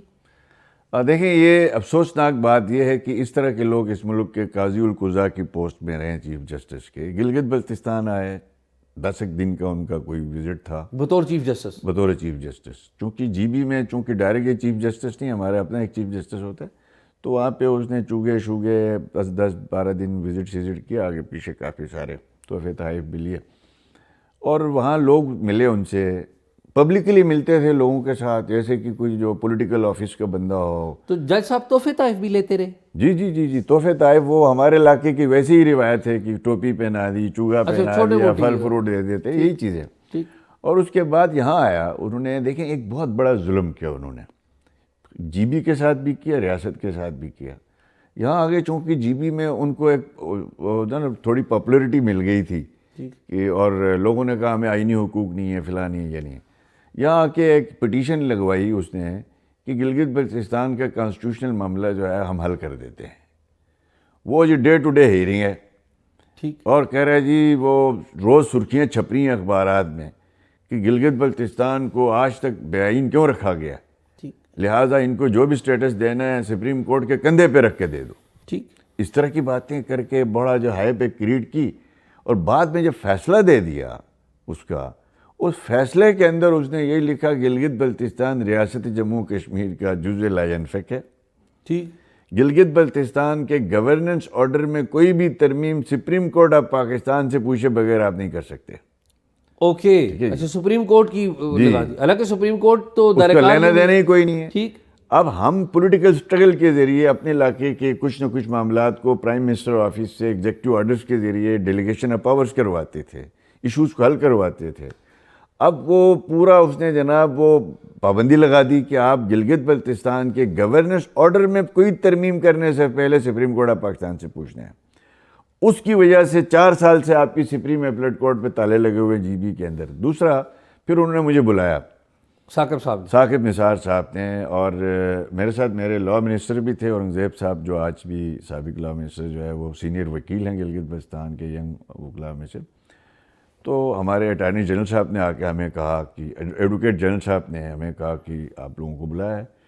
تو میں نے لیڈرشپ سے پوچھا کہ اس وقت عمران خان صاحب کی گورنمنٹ تھی، بن گئی تھی اور ثاقب نثار صاحب چیف جسٹس تھے. مجھے شہباز شریف صاحب سے میں نے اجازت مانگی میں جاؤں یا نہ جاؤں. انہوں نے کہا آپ ضرور جائیں, مل لیں. تو بہرحال ہم گئے. تو یقین کریں میں یہ سمجھ کے گیا تھا چیف جسٹس ہے تو اس کی ایک ڈیکورم ہوتا ہے, یعنی قاضی القضاء. تو ہم وہاں گئے تو پہلے سے مراد علی شاہ صاحب کی ان کے ساتھ میٹنگ چل رہی تھی. آپ ویٹنگ روم میں گئے؟ جی ہم ویٹنگ روم میں تھے. ٹھیک. مراد علی شاہ صاحب کے صبح 10 کیس لگے ہوئے تھے سندھ کے. ہمیں یہ حیرانگی ہوئی کہ جن کے صبح 10 کیس, وہ بھی کرپشن کے کیسز لگے ہوئے. ٹھیک ہے, فیک اکاؤنٹ کیس چل رہا تھا. ہاں, تو وہ کیسے یہ میٹنگیں کر رہے ہیں. اس دوران جنرل فیض حمید صاحب جو ہے وہ ہمارے اس ویٹنگ روم میں آ گئے. فیض حمید صاحب آپ کے ویٹنگ روم میں آئے؟ اس وقت ڈی جی سی تھے. اچھا. تو انہوں نے کہا اچھا مجھے معلوم نہیں تھا معذرت, میں کھڑے کسی کام سے نکل گئے. اس کے بعد ہم بیٹھے نہیں, فیض حمید صاحب ہمارے پاس نہیں بیٹھے. اس کے بعد تقریباً ہم 1 گھنٹہ ان کے ویٹنگ روم میں رہے. ہم نے کہا مراد علی شاہ صاحب کی میٹنگ اتنی لمبی ہو گئی, وہ تو نکل گئے مراد علی. اس کے بعد فیض حمید صاحب بیٹھے ثاقب نثار کے پاس, یعنی کہ سٹنگ چیف جسٹس کے پاس ڈی جی سی ان کے دفتر میں آ کے ملاقاتیں کر رہے ہیں. جی تقریباً کوئی 1 گھنٹہ وہ دونوں 1 to 1 رہے اور آپ انتظار ہمارا کر رہے ٹائم انہوں نے لیا پہلے. ٹھیک. مراد علی شاہ صاحب کے بعد ہم نے جانا تھا ملنے کے لیے. تو بہرحال وہ 1 گھنٹے کے قریب ثاقب نثار صاحب اور جو ہے وہ ڈی جی سی صاحب جو ہے وہ بیٹھے. اس کے بعد جب ہم گئے تو مجھے انہوں نے کہا آپ کیمرہ مین لائے ہیں. میں نے کہا جی کوئی چیف جسٹس سے ملنے کے لیے کوئی کیمرہ مین تو میرے خیال مناسب نہیں ہے. اپنا کیمرہ مین منگوایا, اس نے تصویریں بنوائی. قصہ مختصر یہ کہ انہوں نے یہ کہا کہ میں نے آپ کو اس لیے بلایا ہے, ایک تو مجھے کوارٹر چاہیے آپ کا جو ہے نا دیامر بادشاہ, ابھی جی بی کا وزٹ کر کے آئے تھے, اور دیامر بادشاہ ڈیم فنڈ بھی قائم کیا تھا انہوں نے, وہ چندے مانگتے تھے اور ڈیم فنڈ جو ہے.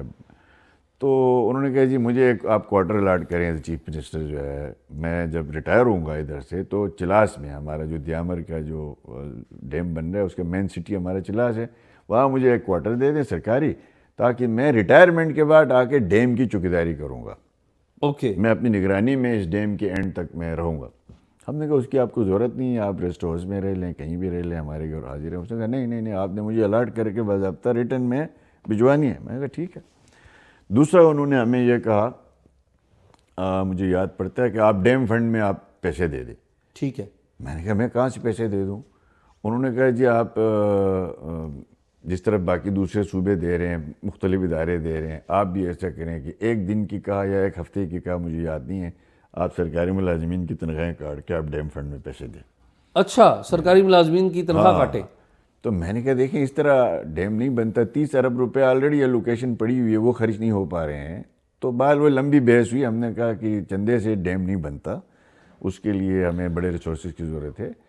اور الغرض میں نے کہا اگر آپ کو اس سے بھی زیادہ چاہیے تو چلیں میں آپ کو ایک اور مشورہ دیتا ہوں. 10 ارب روپے ہم نے دیے ہیں تو وہ آپ اس ڈیم. اچھا کون سے 10 ارب روپے؟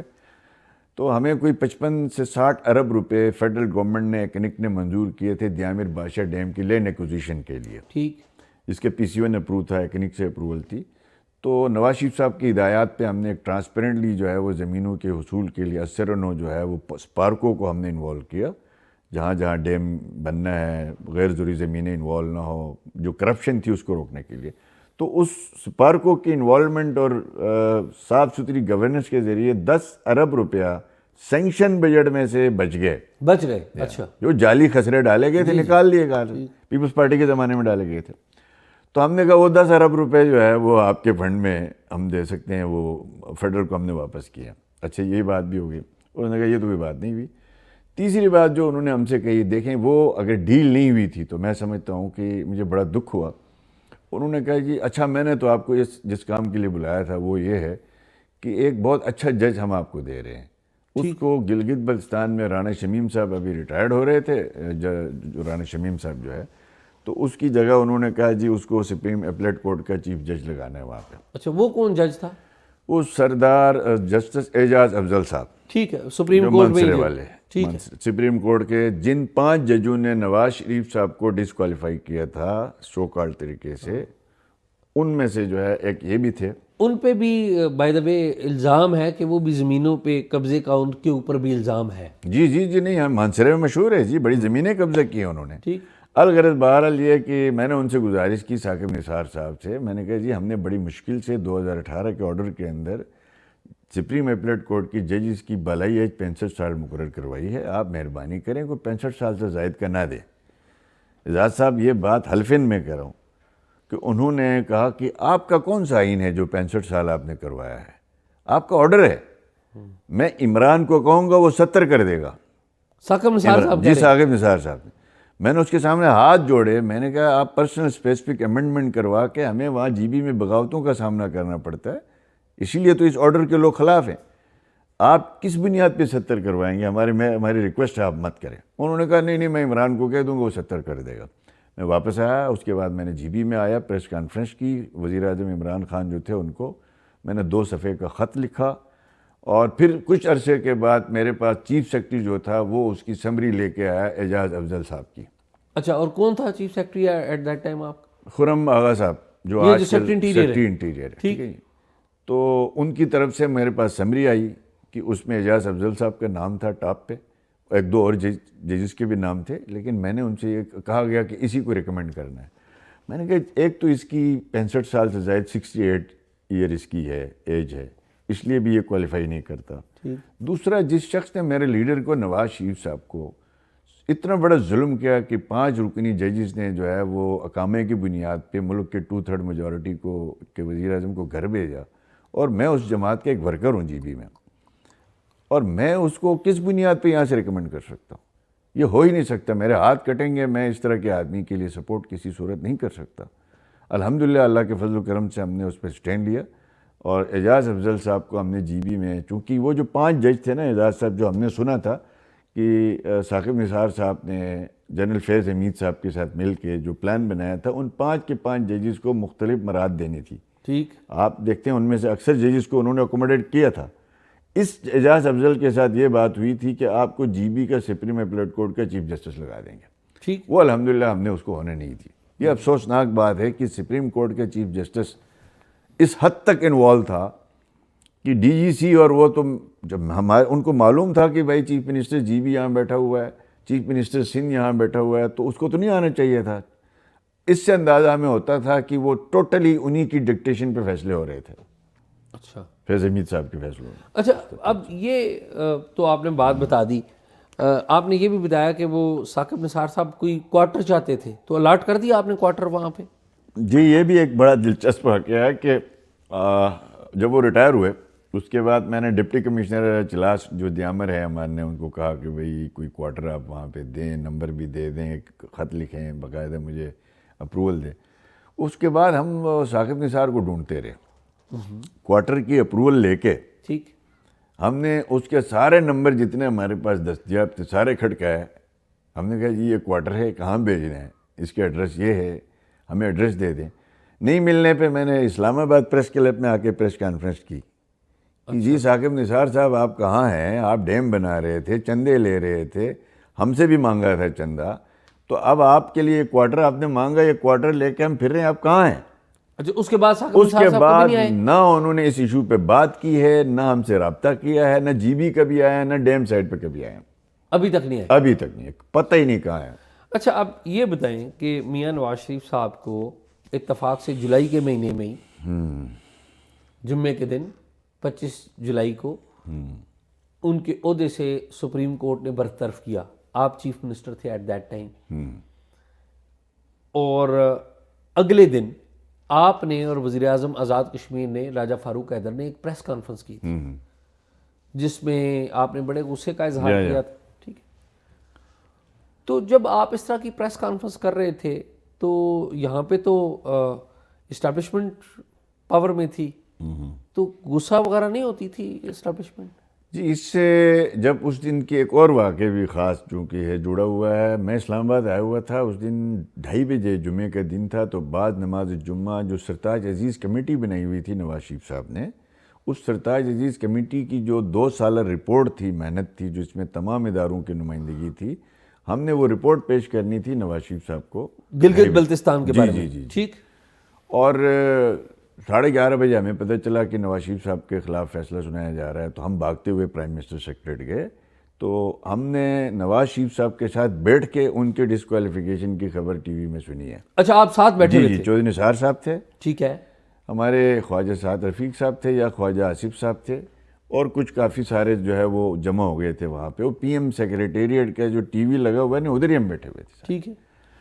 اچھا, میں ویسے وہاں پہ کچھ حضرات کی رائے یہ تھی کہ ہمیں ریویو پہ جانا چاہیے, یہ فیصلہ غلط ہوا ہے. کون کہہ رہا تھا یہ؟ چودھری نثار صاحب چودھری صاحب کہہ رہے تھے. ٹھیک. اور نواز شریف صاحب کہہ رہے تھے کہ بس کلوز ہو گیا, پی ایم سیکریٹریٹ کو میں آج خدا حافظ کہوں گا. اچھا, میں نے ان کی لیڈرشپ کا وہ کمال دیکھا کہ اس کے چہرے پہ جو ہے وہ تھوڑا تاثرات بھی ایسے نہیں تھے کہ پریشانی والے. انہوں نے کچھ ساتھیوں کی رائے یہ تھی کہ ہم اس فیصلے کو امپلیمنٹ ہی نہ کریں.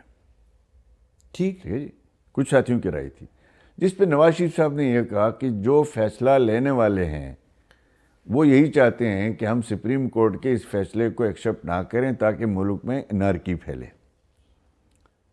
ہم پہ جو گزرے گی, ہم ملک پہ وہ نہیں گزرنے دیں گے. یہ کون کہہ رہا تھا by the way? That is not مجھے یاد نہیں ہے ایگزیکٹ, میں کسی کا نام نہیں, میرے سامنے یہ بات ہوئی ہے. نواز شریف صاحب کو کہہ رہے تھے کہ بھئی یہ ایک ایکسیس ٹو جسٹس کا معاملہ ہے, آپ کو اپیل کا حق بھی نہیں دیا جا رہا ہے, تو لہٰذا آپ اس فیصلے کو ہم پارلیمنٹ میں لے جا سکتے ہیں, اس کو انڈو کر سکتے ہیں. نواز شریف صاحب نے کہا اب جن قوتوں نے یا جن حضرات نے یہ فیصلے لیے ہیں ان سے, اب اگر ہم اس کو امپلیمنٹ نہیں کرتے ہیں, ہم سٹیپ ڈاؤن نہیں کرتے ہیں, ہم فیصلے کے اوپر تحفظات دیں گے, فیصلے کو ہم تسلیم نہیں کرتے, لیکن عمل کیے بغیر چارہ نہیں, ورنہ ملک کوحرام کا شکار ہوگا. ٹھیک, خانہ جنگی ہوگی ملک میں. اگر اس کی جگہ ہوتا نا عمران خان, تو کہتا تھا بینڈ بجاؤ ساروں کی. الحمدللہ, حالانکہ ہماری پوری جماعت یکجا تھی نواز شریف صاحب کے ساتھ, پارلیمنٹ سے وہ فیصلہ انڈو کروایا جا سکتا تھا, لیکن اس کے باوجود نواز شریف صاحب نے اگلے دن پرائم منسٹر ہاؤس کو چھوڑا اور جی ٹی روڈ کے راستے پہ ہم یہاں سے لاہور کی طرف گئے. ہم نے اپنا سیاسی بیانیہ اٹھایا, لیکن ہم نے ملک کو نقصان پہنچانا نہیں دیا. آپ نے جو سوال پوچھا وہ ہوا یہ کہ جب فاروق حیدر صاحب اور میں نے کشمیر ہاؤس میں یہ پریس کانفرنس کی, اگلے دن آپ کے جنگ اخبار نے خبر چھاپی تھی, باقی اخبارات نے بھی چھاپی, نواز شریف صاحب کی نااہلی, جی بی میں بغاوت, اور آزاد کشمیر کے پی ایم کے حوالے سے یہ لکھا گیا کہ الحاق کے بارے میں سوچا جا سکتا ہے سر نو. فاروق حیدر صاحب نے بڑا معروف بیان دیا. تو اس پہ چونکہ اگلے دن یہ خبریں چھپ گئی, تو مجھے کچھ ذمہ دار دوست افسران کی کال آئی کہ ریکویسٹ آئی کہ فیض حمید صاحب آپ سے ملنا چاہتے ہیں. اچھا, ان دنوں وہی وہ ڈی جی سی والے پوسٹ میں تھے. تو اور یہ جو ذمہ دار افسران جنہوں نے آپ کو کال کیا, جی میرا چیف سیکرٹری بھی شامل تھا اس میں, جی بی کا. اس وقت غالباً کاظم نیاز صاحب ہمارے چیف سیکرٹری تھے, جو آج کل سیکرٹری ای ڈی ہیں. اچھا, انہوں نے مجھے کہا جی کمانڈر ایف سی این اے کی طرف سے بھی یہ ریکویسٹ ہے. اچھا, جنرل ثاقب ملک صاحب جو ہے ان دنوں غالباً کمانڈر ایف سی این اے تھے جی بی کے. ٹھیک ہے. تو ہم نے کہا جی ٹھیک ہے ملتے ہیں. اب کہیں ایک نشست ہوئی تو سامنے پڑا ہوا تھا وہ جنگ اخبار. ٹھیک ہے آپ کا. ٹھیک ہے. اب انہوں نے مجھے بڑی حوصلہ افزائی کی. انہوں نے کہا جی آپ نے پیس ریسٹور کیا ہے جی بی میں, گورننس ہے, ڈیولپمنٹ ہو رہی ہے, آپ یہ کمانڈر ایف سی این اے میں؟ نہیں, یہ جنرل فیض حمید صاحب کی بات. اچھا, فیض حمید صاحب. ٹھیک ہے. فیض حمید صاحب نے کہا جی آپ نے بڑا اچھا کام کیا, فلاں فلاں فلاں. یہ اسلام آباد میں ملاقات ہوئی؟ اسلام آباد میں ہوئی. ٹھیک. تو اب وہ مدعے پہ وہ بار بار ٹیبل کی طرف دیکھ رہے ہیں. میں نے کہا یہ کیا وجہ ہے ٹیبل کی طرف دیکھ رہے ہیں؟ تو میں نے دیکھا وہ جنگ اخبار ہے. تو انہوں نے وہ آخر میں مجھے کہا کہ یہ جنگ والوں نے یہ آپ کے خلاف یہ خبر چھاپی ہے, اور یہ آپ نے کہا نہیں ہوگا, یہ انہوں نے اپنی طرف سے چھاپی ہے. تو جنگ اخبار جو ہے وہ کسی اور ایجنڈے پہ چل رہا ہے, تو آپ مہربانی کریں اس خبر کی تردید کریں. یہ فیض حمید صاحب, یہ فیض حمید صاحب نے کہا. اچھا, کوئی یاد ہے ایگزیکٹ ورڈز کیا کہے تھے فیض؟ ان کے ایگزیکٹ ورڈز یہ تھے کہ جنگ اخبار, جیو نیوز یا جنگ گروپ وہ نیشنل انٹرسٹ کے خلاف سوچتا ہے, کبھی کبھار جو ہے باہر سے چیزیں فیڈ کرتا ہے, اور وہ کسی طرح سے انارکی چاہتا ہے. فیض حمید صاحب کہہ رہے ہیں. فیض حمید صاحب. ٹھیک. تو آپ اس خبر کی تردید کر دیں. اور میں نے کہا جی اچھا جی میں خبر پڑھتا ہوں, اگر اس خبر میں کوئی ایسی بات ہے جو ہم نے کہی ہوئی ہے اس سے ہٹ کے ہے تو میں ضرور تردید کروں گا. میں نے خبر پڑھی تو مصیبت یہ تھی کہ انہوں نے بقایا نہیں پڑھا ہوا تھا. اچھا, انہوں نے ہیڈ لائن پڑھی. ہیڈ لائن پڑھی ہوئی تھی. ٹھیک. میرا جو بیان تھا وہ یہی تھا کہ سپریم کورٹ آف پاکستان نے حلف لیا ہوا آئین کا, اس آئین میں دیا ہوا ہے ہر شخص کو فیئر ٹرائل ملے گا, ہر شخص کو جو ہے وہ اپیل کا حق ملے گا. تو میں نے کہا کہ ان سپریم کورٹ کے 5 ججز نے نواز شریف صاحب کو 2/3 میجورٹی والے پرائم منسٹر کو فیئر ٹرائل بھی نہیں دیا اور رائٹ ٹو اپیل بھی نہیں دیا. ٹھیک. تو انہوں نے اپنے حلف سے غداری کی ہے. ٹھیک. تو اس کو چونکہ سرخی اس طرح سے بن گئی تھی, خبر ایسی ہی تھی. ٹھیک. میں نے کہا میں تو آن کرتا ہوں اس خبر کو, خبر ٹھیک ہے. خبر ٹھیک ہے. ٹھیک.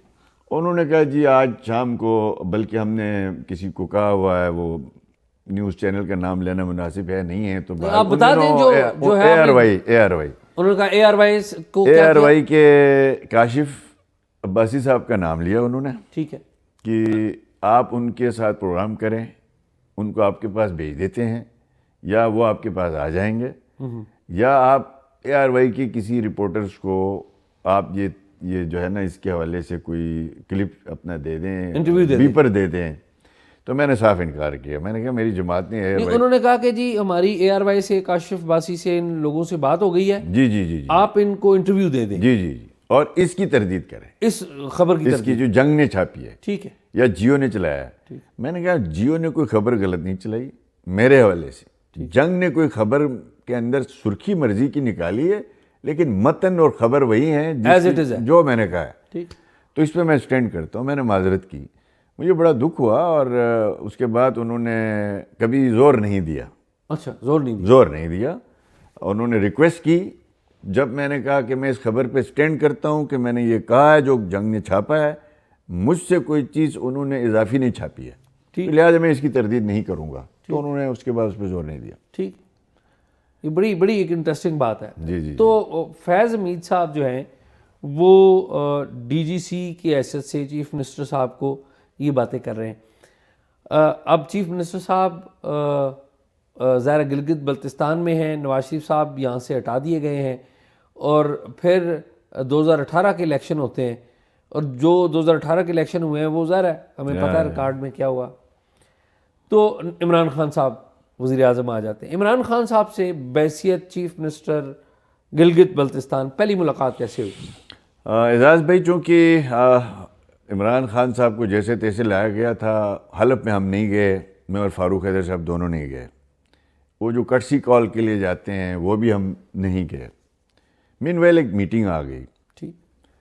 تو اب ہم نے اس میٹنگ میں جانا تھا, نیکٹا کی میٹنگ تھی. ٹھیک. نیکٹا بورڈ کی فرسٹ میٹنگ تھی. تو مجھے ایسا لگا کہ میرا لیڈر اڈیالہ جیل میں ہے, میں اگر جا کے ملک کے ڈیفیکٹو پرائم منسٹر, جس کو ہم مانتے نہیں لیکن وہ وزیر اعظم ہے, اس سے ملتا ہوں یا ان کے ساتھ بیٹھ جاتے ہیں, اگلے دن جو ہے کیا خبریں لگائیں گے, ہمارا ورکر ہمارے بارے میں کیا خیال رکھے گا, میری لیڈرشپ کے اوپر کیا گزرے گی.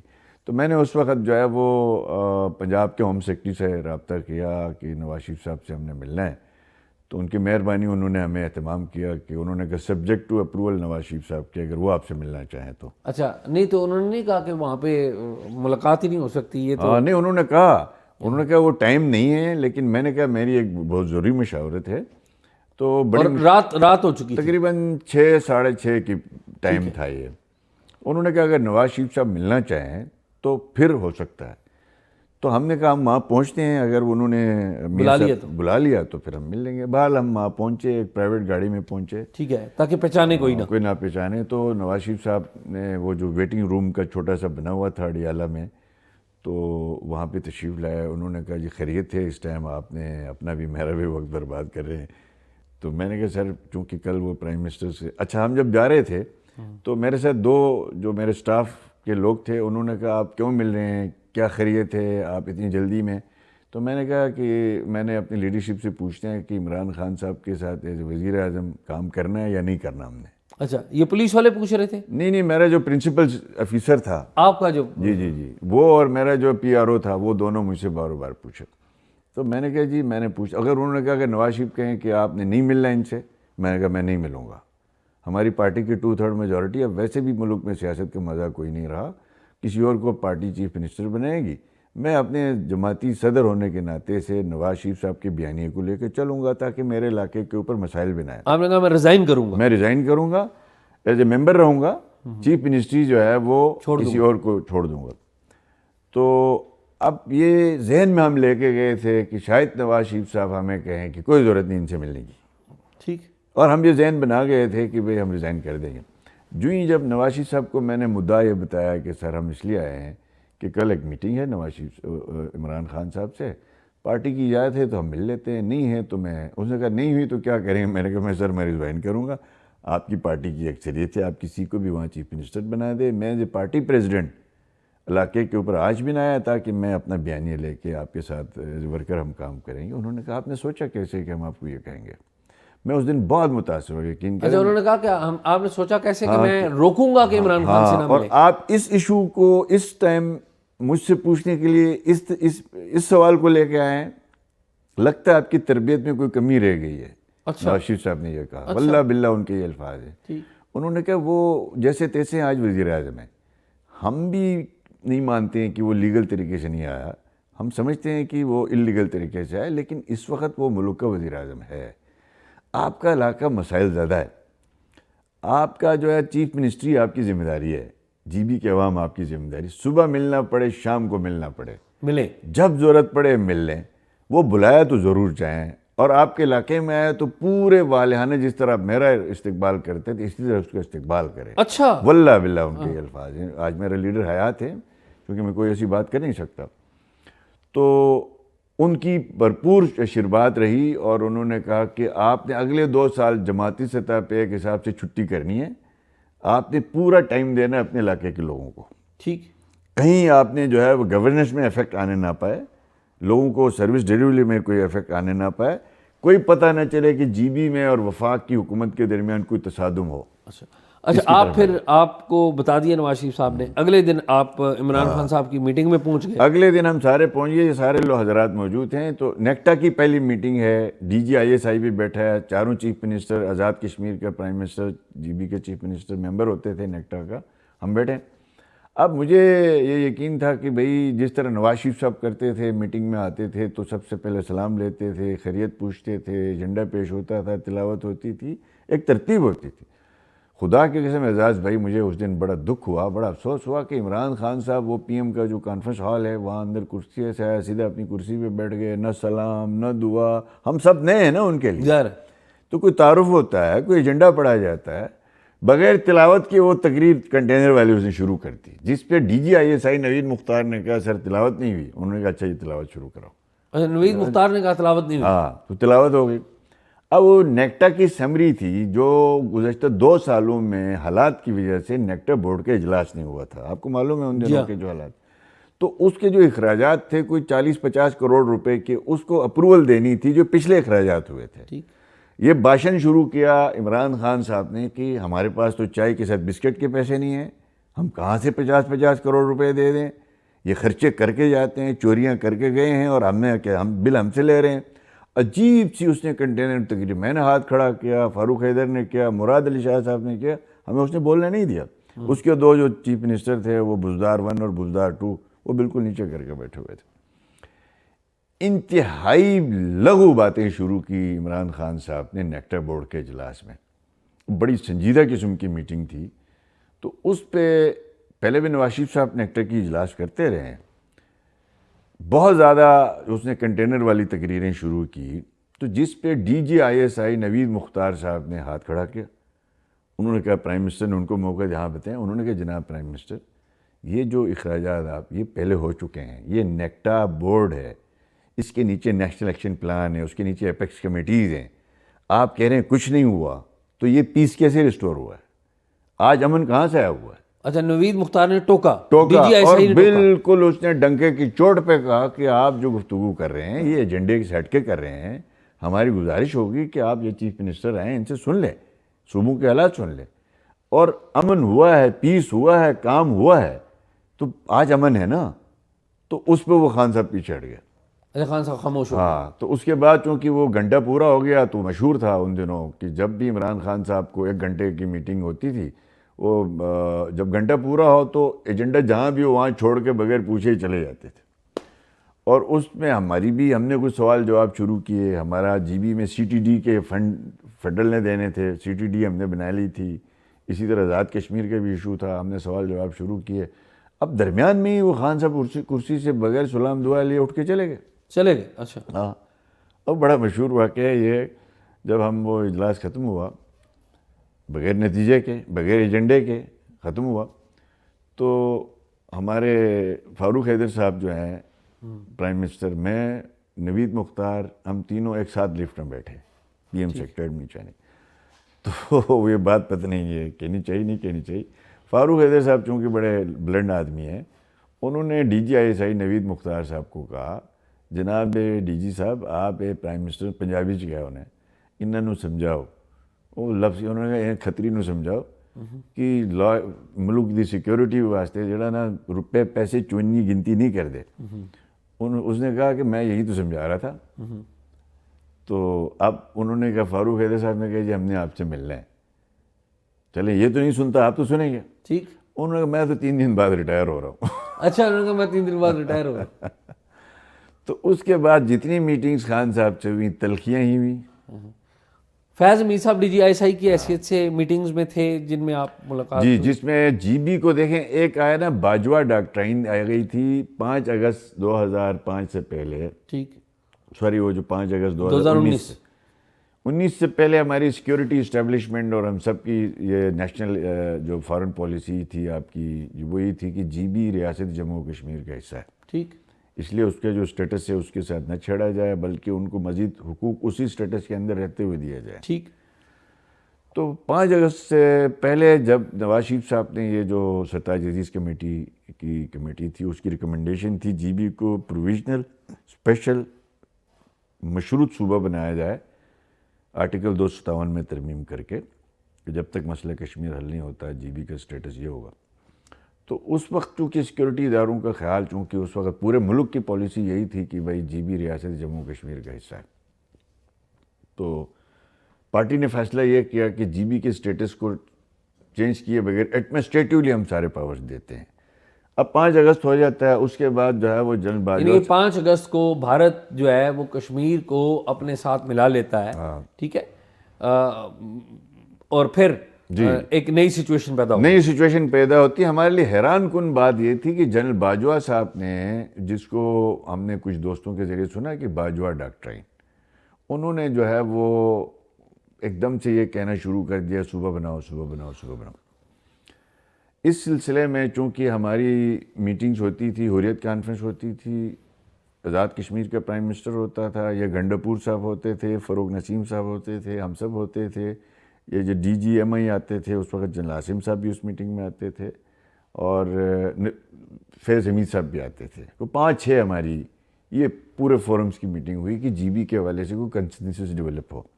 اس میں ایک کنسنسس ڈیولپ ہوا، وہ یہ تھا کہ گلگت بلتستان کو آزاد کشمیر کے طرز کے سیٹ اپ دیا جائے، کہ وہاں گورننس آرڈر کے بجائے ایکٹ بنایا جائے تاکہ ان کے نظام کسی ایکٹ کے تھرو چلے. ٹھیک.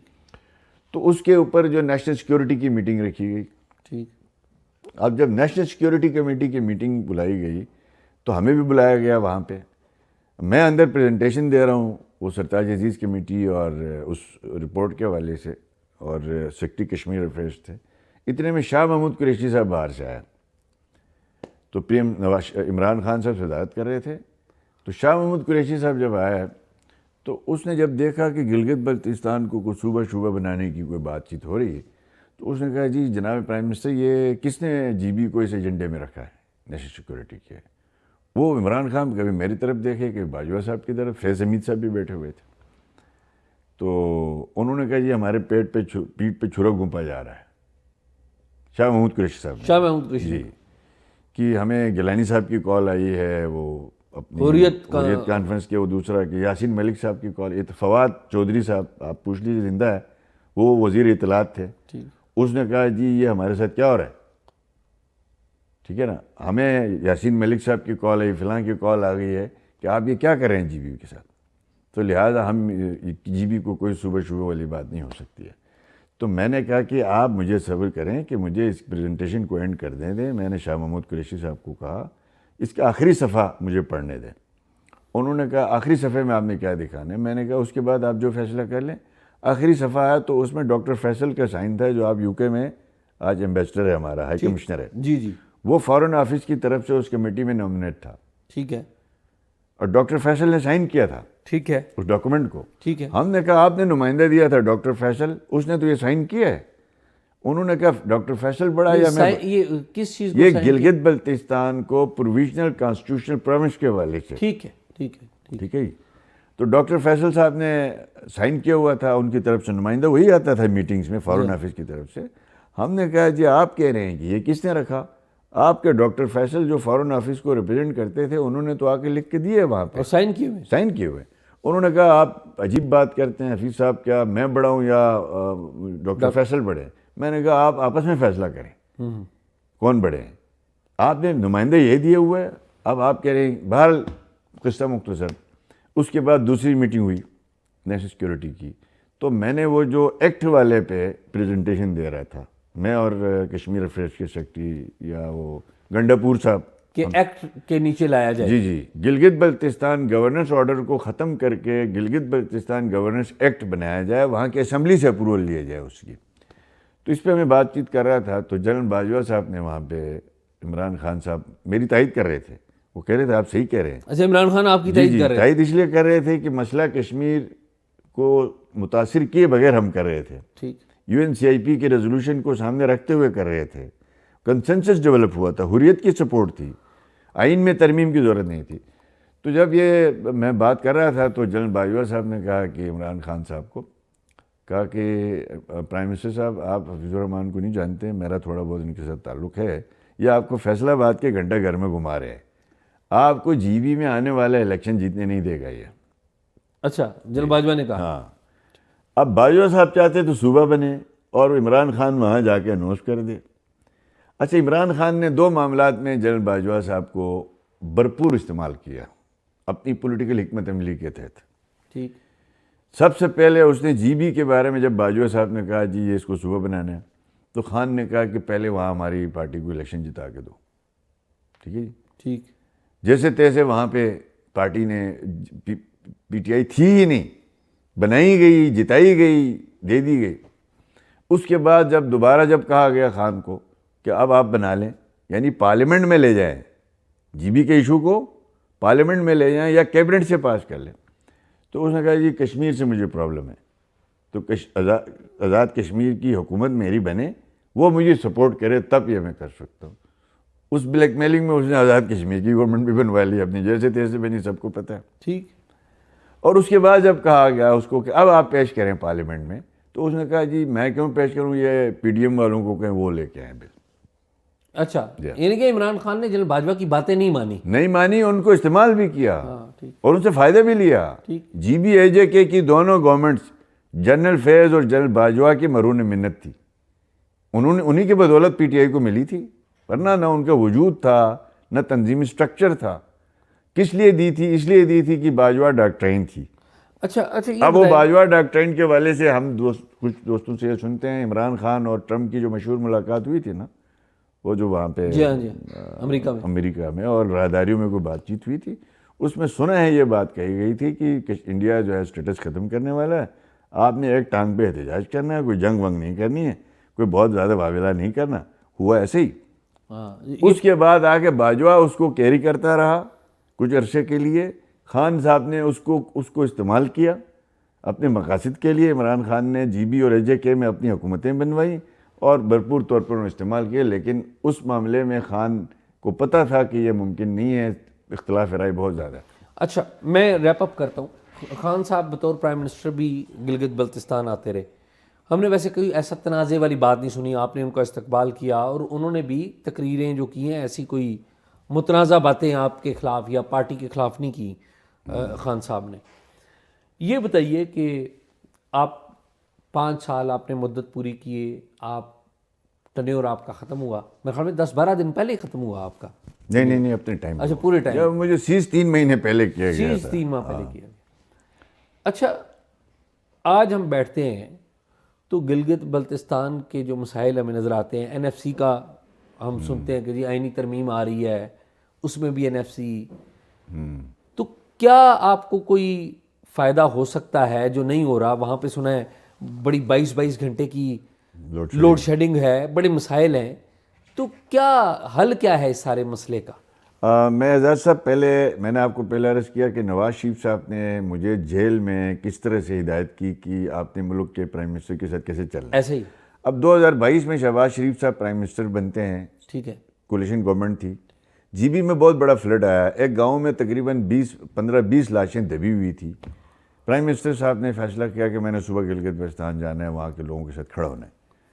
تو چیف منسٹر تھے پی ٹی آئی کے خالد خورشید صاحب، جی جی جی، اور اس کو ہم نے محی الدین صاحب چیف سیکرٹری رہے ہمارے، وانی صاحب، آپ پوچھ سکتے ہیں ان کو، ہم نے سب نے گزارش کی کہ آپ جا کے چیف منسٹر کو کہیں آ کے پرائم منسٹر کو ایئرپورٹ میں ریسیو کریں، آپ کے علاقے میں فلڈ آیا ہے، آپ مصیبت زیادہ ہوئے ہیں، آپ کی مدد کے لیے آئے ہیں پرائم منسٹر، ٹھیک، تو لہٰذا آپ خود ریسیو کریں، خود بریفنگ دے دیں، ہم تو وفاق کے کوڑی کے وفاق کے ہی محتاج ہے، ٹھیک، ہمیں فنڈز چاہیے، ہمارا انفراسٹرکچر تباہ ہوا۔ اس نے شروع میں کہا ٹھیک ہے، بعد میں جب اس نے انکار کیا تو ہم نے پھر ایک وفد بھیجا جس میں میری پارٹی کے ممبر بھی شامل تھے، ان کے پاس گئے کہ آپ آئیں ایئرپورٹ میں، شہباز شریف صاحب کو آپ ریسیو کریں۔ اب یہ مینٹلٹی کی بات ہے، سوچ کی بات ہے، تربیت کی بات ہے۔ ٹھیک، انہوں نے کہا جی حفیظ الرحمان جب بھی ملے ہیں عمران خان صاحب کو تو اس نے نواز شریف صاحب سے اجازت لی ہے، تو میں بھی عمران خان صاحب سے پوچھوں گا پھر ایئرپورٹ جاؤں گا۔ اس نے ان کے سامنے خان کو کال کیا، ٹھیک، وہ لوگ آج بھی گلگت میں زندہ ہیں، حیات ہیں۔ آگے سے عمران خان نے اس نے کہا اگر تم شہباز شریف یعنی وزیر اعظم کے استقبال کے لیے ایئرپورٹ گئے، اب دوسری طرف رخ کیا ہے، جی بی 100% فنڈ لیتا ہے وفاق سے، نواز شریف نے تو کہا تھا ملاقات کریں، جی صبح کریں شام کریں جو مرضی، آپ نے جی بی کے مسئلے حل کرنے۔ اس طرف ایک جو ہے وہ ایک فین کلب کا ممبر بیٹھا ہوا تھا اور اس کو ہدایت دیتا ہے اگر آپ نے وزیر اعظم کے استقبال کے لیے ایئرپورٹ گئے یا آپ اس سے ملے بھی تو میں آپ کو ڈسمس کر دوں گا، آپ گلگت چھوڑ کے بھاگ جائیں، گلگت سے نکل جائیں۔ وزیر اعظم اسلامی جمہوریہ پاکستان صبح اسلام آباد سے گلگت آتا ہے، ہمارا چیف منسٹر بھاگ کے ہمارا دور دراز ایک گاؤں ہے تانگیر کے پی کے پاس، ایک فاتحہ کرنے کہہ کے وہاں چلا جاتا ہے۔ یہ تو ہوئی نا، آپ کے سامنے آ گئی تربیت کا عمل جو ہے۔ اور اس کے بعد جتنی دفعہ بھی پرائم منسٹر صاحب آئے ہیں انہوں نے کہا جی خان نے ہمیں منع کیا، تو نتیجے جو اب آیا جی بی کے ایشوز کے حوالے سے، اچھا بھلا جی بی کے عمل پرامن گلگت بلتستان 2020 تک چل رہا تھا، اس کو اس پی ٹی آئی کو لانچ کر کے اس کو ڈسٹرب کیا گیا۔ آج 5-6 دہشت گردی کے واقعات بھی اب تک ہو چکے ہیں، لا اینڈ آرڈر کی صورتحال کوئی بہتر نہیں ہے جی بی میں۔ دوسرا جی انفراسٹرکچر کے حوالے سے آج جو میں آپ سے گزارش ہوگی، آپ کے تھرو پاکستان کے مقتدرہ سے بھی میری گزارش ہے، تمام فیڈرل پارٹیوں سے بھی میری گزارش ہے، لازمی ہے کہ بلوچستان کی طرح لوگ پہاڑوں پہ چڑھ جائیں، اس کے بعد آپ ان سے بات چیت کر لیں، ان کے مسئلے حل کر لیں۔ ہمارے مسئلے بڑے نہیں ہیں، ہمارے لوگ گلگت بلتستان والے واحد گلگت بلتستان کے لوگ ہیں جو کہتے ہیں ہمیں پاکستان کے آئین میں شامل کرو، ہمیں اپنے گلے سے لگاؤ، کوئی علیحدگی کی بات نہیں ہو رہی وہاں پہ۔ بالکل ٹھیک، اب اس میں ہمیں پرابلم یہ ہوا، چلیں جی 5واں صوبہ بنانے میں یا آئین میں جی بی کو شامل کرنے میں مسئلہ کشمیر متاثر ہوتا ہے یا انٹرنیشنل ایشوز ہیں جو فارن آفس کے لیے ممکن نہیں ہے، تو ہم نے ایک درمیانہ راستہ 2-4 سے نکالا کہ فائنینشیل اٹانومی۔ فائنینشیل اٹانومی کیسی ہو، آئین میں بھی ہم نہیں، قومی اسمبلی میں بھی نہیں، سینٹ میں بھی ہم نہیں۔ ہم یہ تقاضا کرتے ہیں کہ 2017 میں نواز شریف صاحب نے اس پہ کوشش کی، چاروں چیف منسٹروں کو بٹھایا، جی بی اے جے کے کوئی نیشنل فائنانس کمیشن کے انڈیکیٹرز کے مطابق ان کو حصہ دیا جائے۔ اس وقت بھی چیف منسٹر کے پی اور آج کے مراد علی شاہ سندھ کے چیف منسٹر، ان دونوں نے اپوز کیا، ٹائم مانگا اور اس کے بعد انہوں نے جواب نہیں دیا، جس پہ نواز شریف صاحب نے فیصلہ کیا اس وقت تک اس کا دوبارہ فیصلہ نفسی ریوزٹ نہیں ہوگا جب تک جی بی اے جے کے اور ایکس فاٹا کو اس کو حصہ نہیں دیا جاتا۔ یہ آج کا ہمارا سٹانس نہیں ہے۔ اب اس کے بعد 2025 تک این ایف سی ریوزٹ نہیں ہوا، دوبارہ ایجنڈے پہ آئے نہیں۔ اب 4 دسمبر سے این ایف سی کے اوپر باضابطہ طور پر دوبارہ فارمولہ نیا بنانے کے حوالے سے یا اس میں امینڈمنٹ کے حوالے سے باقاعدہ طور پر فورم بیٹھا ہوا ہے۔ اس دوران ہمارے لیڈر نواز شریف صاحب نے آج سے کوئی 1 ہفتہ پہلے لاہور میں آزاد کشمیر اور جی بی کی پارٹی میٹنگ کو انہوں نے ہیڈ کیا، ہماری گزارشات سنی ہمارے لیڈرشپ نے، اس نے اپنا کلیئر کٹ فیصلہ سنا دیا کہ ہماری ملک کا اس وقت سپریم لیڈر نواز شریف ہے، ہماری پارٹی کے سپریم لیڈر نواز شریف صاحب ہیں، وہ کتنا کم بولتے ہیں آپ کو خود معلوم ہے۔ ملک کا سپریم لیڈر تو آصف زرداری صاحب ہے نا؟ نہیں، وہ ایز اے پریزیڈنٹ ہے نا، پولیٹیکلی دیکھا جائے تو میری پارٹی کا سپریم لیڈر وہی ہے، پرائم منسٹر کا لیڈر نواز شریف ہے نا جی، ایسے ہی تو اس لحاظ سے تو انہوں نے، ہمارے 3 فیڈرل منسٹر وہاں بیٹھے ہوئے تھے، وہ ویڈیو بھی ہم آپ کو بھجوا دیتے ہیں، آپ نے خود دیکھی، جیو میں چلی ہے، اور میاں صاحب کتنا کم بولتے ہیں، اور ان کی میٹنگز کے اندر سے گفتگو جو ہے وہ لیک نہیں ہو سکتی، وہ باضابطہ ان کے آفیشیل ہینڈل سے جو ہے وہ ایشو جاری ہوئی۔ اس میں نواز شریف صاحب نے کہا اس سے پہلے کہ گلگت بلتستان اور آزاد کشمیر کے لوگ سڑکوں پہ آ کے آپ سے حق مانگیں، ان کو خیرات سمجھ کے، ان کا رائٹ سمجھ کے NFC میں ان کا حصہ دیا جائے۔ ٹھیک۔ تو یہ احسن اقبال صاحب یہاں موجود تھے، اور امیر مقام صاحب تھے، اور ہمارے رانا ثناء اللہ صاحب موجود تھے، پنجاب کی چیف منسٹر ہماری محترمہ مریم نواز صاحبہ وہاں موجود تھی۔ انہوں نے بڑی وکالت کی، انہوں نے کہا کہ 3 کے بجائے 4 دے دے، فوراً دے دے۔ اب اس میں ایشو یہ ہے کہ گلگت بلتستان کو جو رقبے کے لحاظ سے اعزاز صاحب، یہ تقریباً 28,000 مربع میل ہے۔ ہمارا جو آزاد کشمیر ہے یہ 4,000 مربع میل۔ ٹھیک ٹھیک۔ ہمارا جو ایک ڈسٹرکٹ ہے نا حمزہ، وہ رقبے کے لحاظ سے آزاد کشمیر سے بڑا ہے۔ ٹھیک۔ اب گلگت بلتستان کو آپ نے سینٹ میں بھی نمائندگی نہیں دی، قومی اسمبلی میں بھی نہیں دی، نیشنل فائنانس کمیشن کا ممبر بھی آپ نہیں بنا رہے ہیں، چلیں وہ آپ کی مجبوری ہیں۔ کم سے کم وہ پنجاب کو جو حصہ ملتا ہے مرکز کے خزانے سے، جو سندھ کو ملتا ہے، جو KP کو ملتا ہے، جو بلوچستان کو ملتا ہے، وہ ڈویزیبل پول سے وہی حصہ ہمیں بھی دو نا۔ ہاں بالکل ٹھیک بات۔ وہ تو ہمیں دو نا، چلے آپ آئین میں ہمیں نہیں بٹھا سکتے، پیسے تو دو، ہمارے پیسے ہمارے دو۔ ٹھیک۔ جو اس ملک میں 25 کروڑ آبادی ہے اس کا 99% انڈائریکٹ ٹیکس دے رہے ہیں، 1% طبقہ ہے نا ڈائریکٹ ٹیکس دے رہا ہے۔ GB کے لوگ جو ہے 1% ٹیکس نہیں دے رہے ہیں جو صوبے کو دیا جاتا ہے۔ تو ہمارا جو NFC والا ہے اس پہ الحمدللہ بڑی پیشرفت ہوئی۔ آپ کے پروگرام کی وساطت سے میں بلاول بھٹو زرداری صاحب سے جو نیشنل لیڈر ہیں، میں ان سے گزارش کروں گا کہ آپ کے چیف منسٹر مراد علی شاہ صاحب نے خط لکھا ہے کہ گلگت بلتستان اور Azad Kashmir national finance commission کے فیڈریٹنگ یونٹس نہیں ہیں، لہٰذا ان کو نہ دیا جائے۔ اب میری گزارش یہ ہے کہ جو دریائے سندھ جس پہ آپ کی سیاست ہو رہی ہے، دیامر بادشاہ ڈیم کس پہ بن رہا ہے؟ دریائے سندھ پہ بن رہا ہے۔ وہ بہہ کہاں سے رہا ہے؟ گلگت بلتستان سے بہہ رہا ہے۔ آپ اینڈ پہ بیٹھے ہیں، وہ آپ کے اینڈ یوزر آپ ہیں اس کے، اور اس کے تباہی کا شکار ہم ہو رہے ہیں وہاں پہ۔ تو خدا کے لیے، جب پنجاب جس کے بجٹ کے سب سے زیادہ پیسہ کٹتا ہے وہ تیار ہے، پنجاب نے حمایت کی ہے کہ جی حمایت کی ہے۔ اگر آپ کو GB کو اور AJK کو آپ شامل کرتے ہیں تو پنجاب کا 50-60 ارب روپے کٹے گا۔ پنجاب تیار ہے، ٹھیک، بلوچستان تیار ہے، KP تیار ہے۔ آپ کے چیف منسٹر صاحب جو ہے اس کو جو ہے وہ اپوز کر رہے ہیں، چونکہ ووٹنگ ممبر وہاں پہ 5 ہیں اور ہر ایک کے پاس ویٹو پاور ہے۔ تو میری گزارش یہ ہے کہ آپ نے GB کے الیکشن میں بھی آنا ہے، آپ نے کمپین بھی کرنی ہے، آپ کی پارٹی کی اچھی خاصی پریزنس ہے GB کے اندر۔ آپ ہمارے خاطر نہیں تو کم سے کم اپنی پارٹی کے خاطر آپ GB میں آئیں گے۔ آپ سے یہ سوال ہوگا کہ آپ NFC میں ہمیں فنڈ، اب اس سے فرق کیا پڑے گا؟ دیکھیں اعزاز صاحب، آپ ایک ہوتی ہے خیرات، ایک ہوتا حق۔ اس وقت ہمیں جو مل رہی ہے وہ خیرات مل رہی ہے۔ ٹھیک، میری اپنی فیڈرل گورنمنٹ بھی دے رہی ہے تو وہ خیرات ہی دے رہی ہے۔ جی ٹھیک بات۔ وہ آپ کو جو گرانٹ دے رہی ہے۔ اب اس گرانٹ کی میں چھوٹی سی مثال آپ کو دوں۔ نواز شریف صاحب جو وزیر اعظم تھے تو 20 ارب روپے اینول ڈیولپمنٹ تھا۔ اس وقت سیمنٹ 400 روپے پہ بوری تھا، سریا 3 لاکھ روپے کا 80,000 کا ٹن تھا۔ آج ہمارا 17 ارب اینول ڈیولپمنٹ بجٹ ہے GB کا، اور آپ کا سیمنٹ جو ہے وہ 2,000 پہ بوری ہے، سریا جو ہے وہ 3,80,000 کا ٹن ہے۔ 17 ارب ہمارا اینول ڈیولپمنٹ بجٹ ہے، 150 ارب کا تھرو فارورڈ ہے۔ ٹھیک۔ تو اب آپ اگر ہمیں NFC کے 4 انڈیکیٹرز ہیں، اس میں 2 انڈیکیٹرز میں ہمیں کچھ نہیں ملتا۔ ٹھیک۔ آبادی اور ریونیو شیئرنگ میں ہمیں کچھ نہیں ملتا، ہمیں پسماندگی، غربت اور رقبے پہ ملتا ہے، جس طرح آپ بلوچستان کو دے رہے ہیں، جس طرح آپ KP کو دے رہے ہیں۔ اس فارمولے کے تحت ہمارا جتنا پیسہ بنتا ہے، ہمیں 1 روپیہ اضافہ نہیں چاہیے۔ اس فارمولے کے تحت جو بنتا ہے وہ ہمیں دیں، جس کے لیے آج وفاقی جو حکومت ہے اس نے ایجنڈے میں ڈال دی ہے۔ اب سندھ حکومت کی ذمہ داری ہے کہ وہ بڑھ چڑھ کے ہماری مدد کریں، باقی چھوٹے صوبوں کی بھی ذمہ داری ہے کہ ہماری مدد کریں، تمام نیشنل لیڈرشپ کی یہ ذمہ داری ہے تاکہ ہم سسٹینیبل ڈیولپمنٹ کو ماڈل کھڑا کر سکیں۔ 18 گھنٹے کی لوڈ شیڈنگ ہے، 40,000 میگا واٹ کا پوٹینشیل ہے GB میں، نیشنل گرڈ سے لنک نہیں ہے، اپنا گرڈ بھی نہیں ہے۔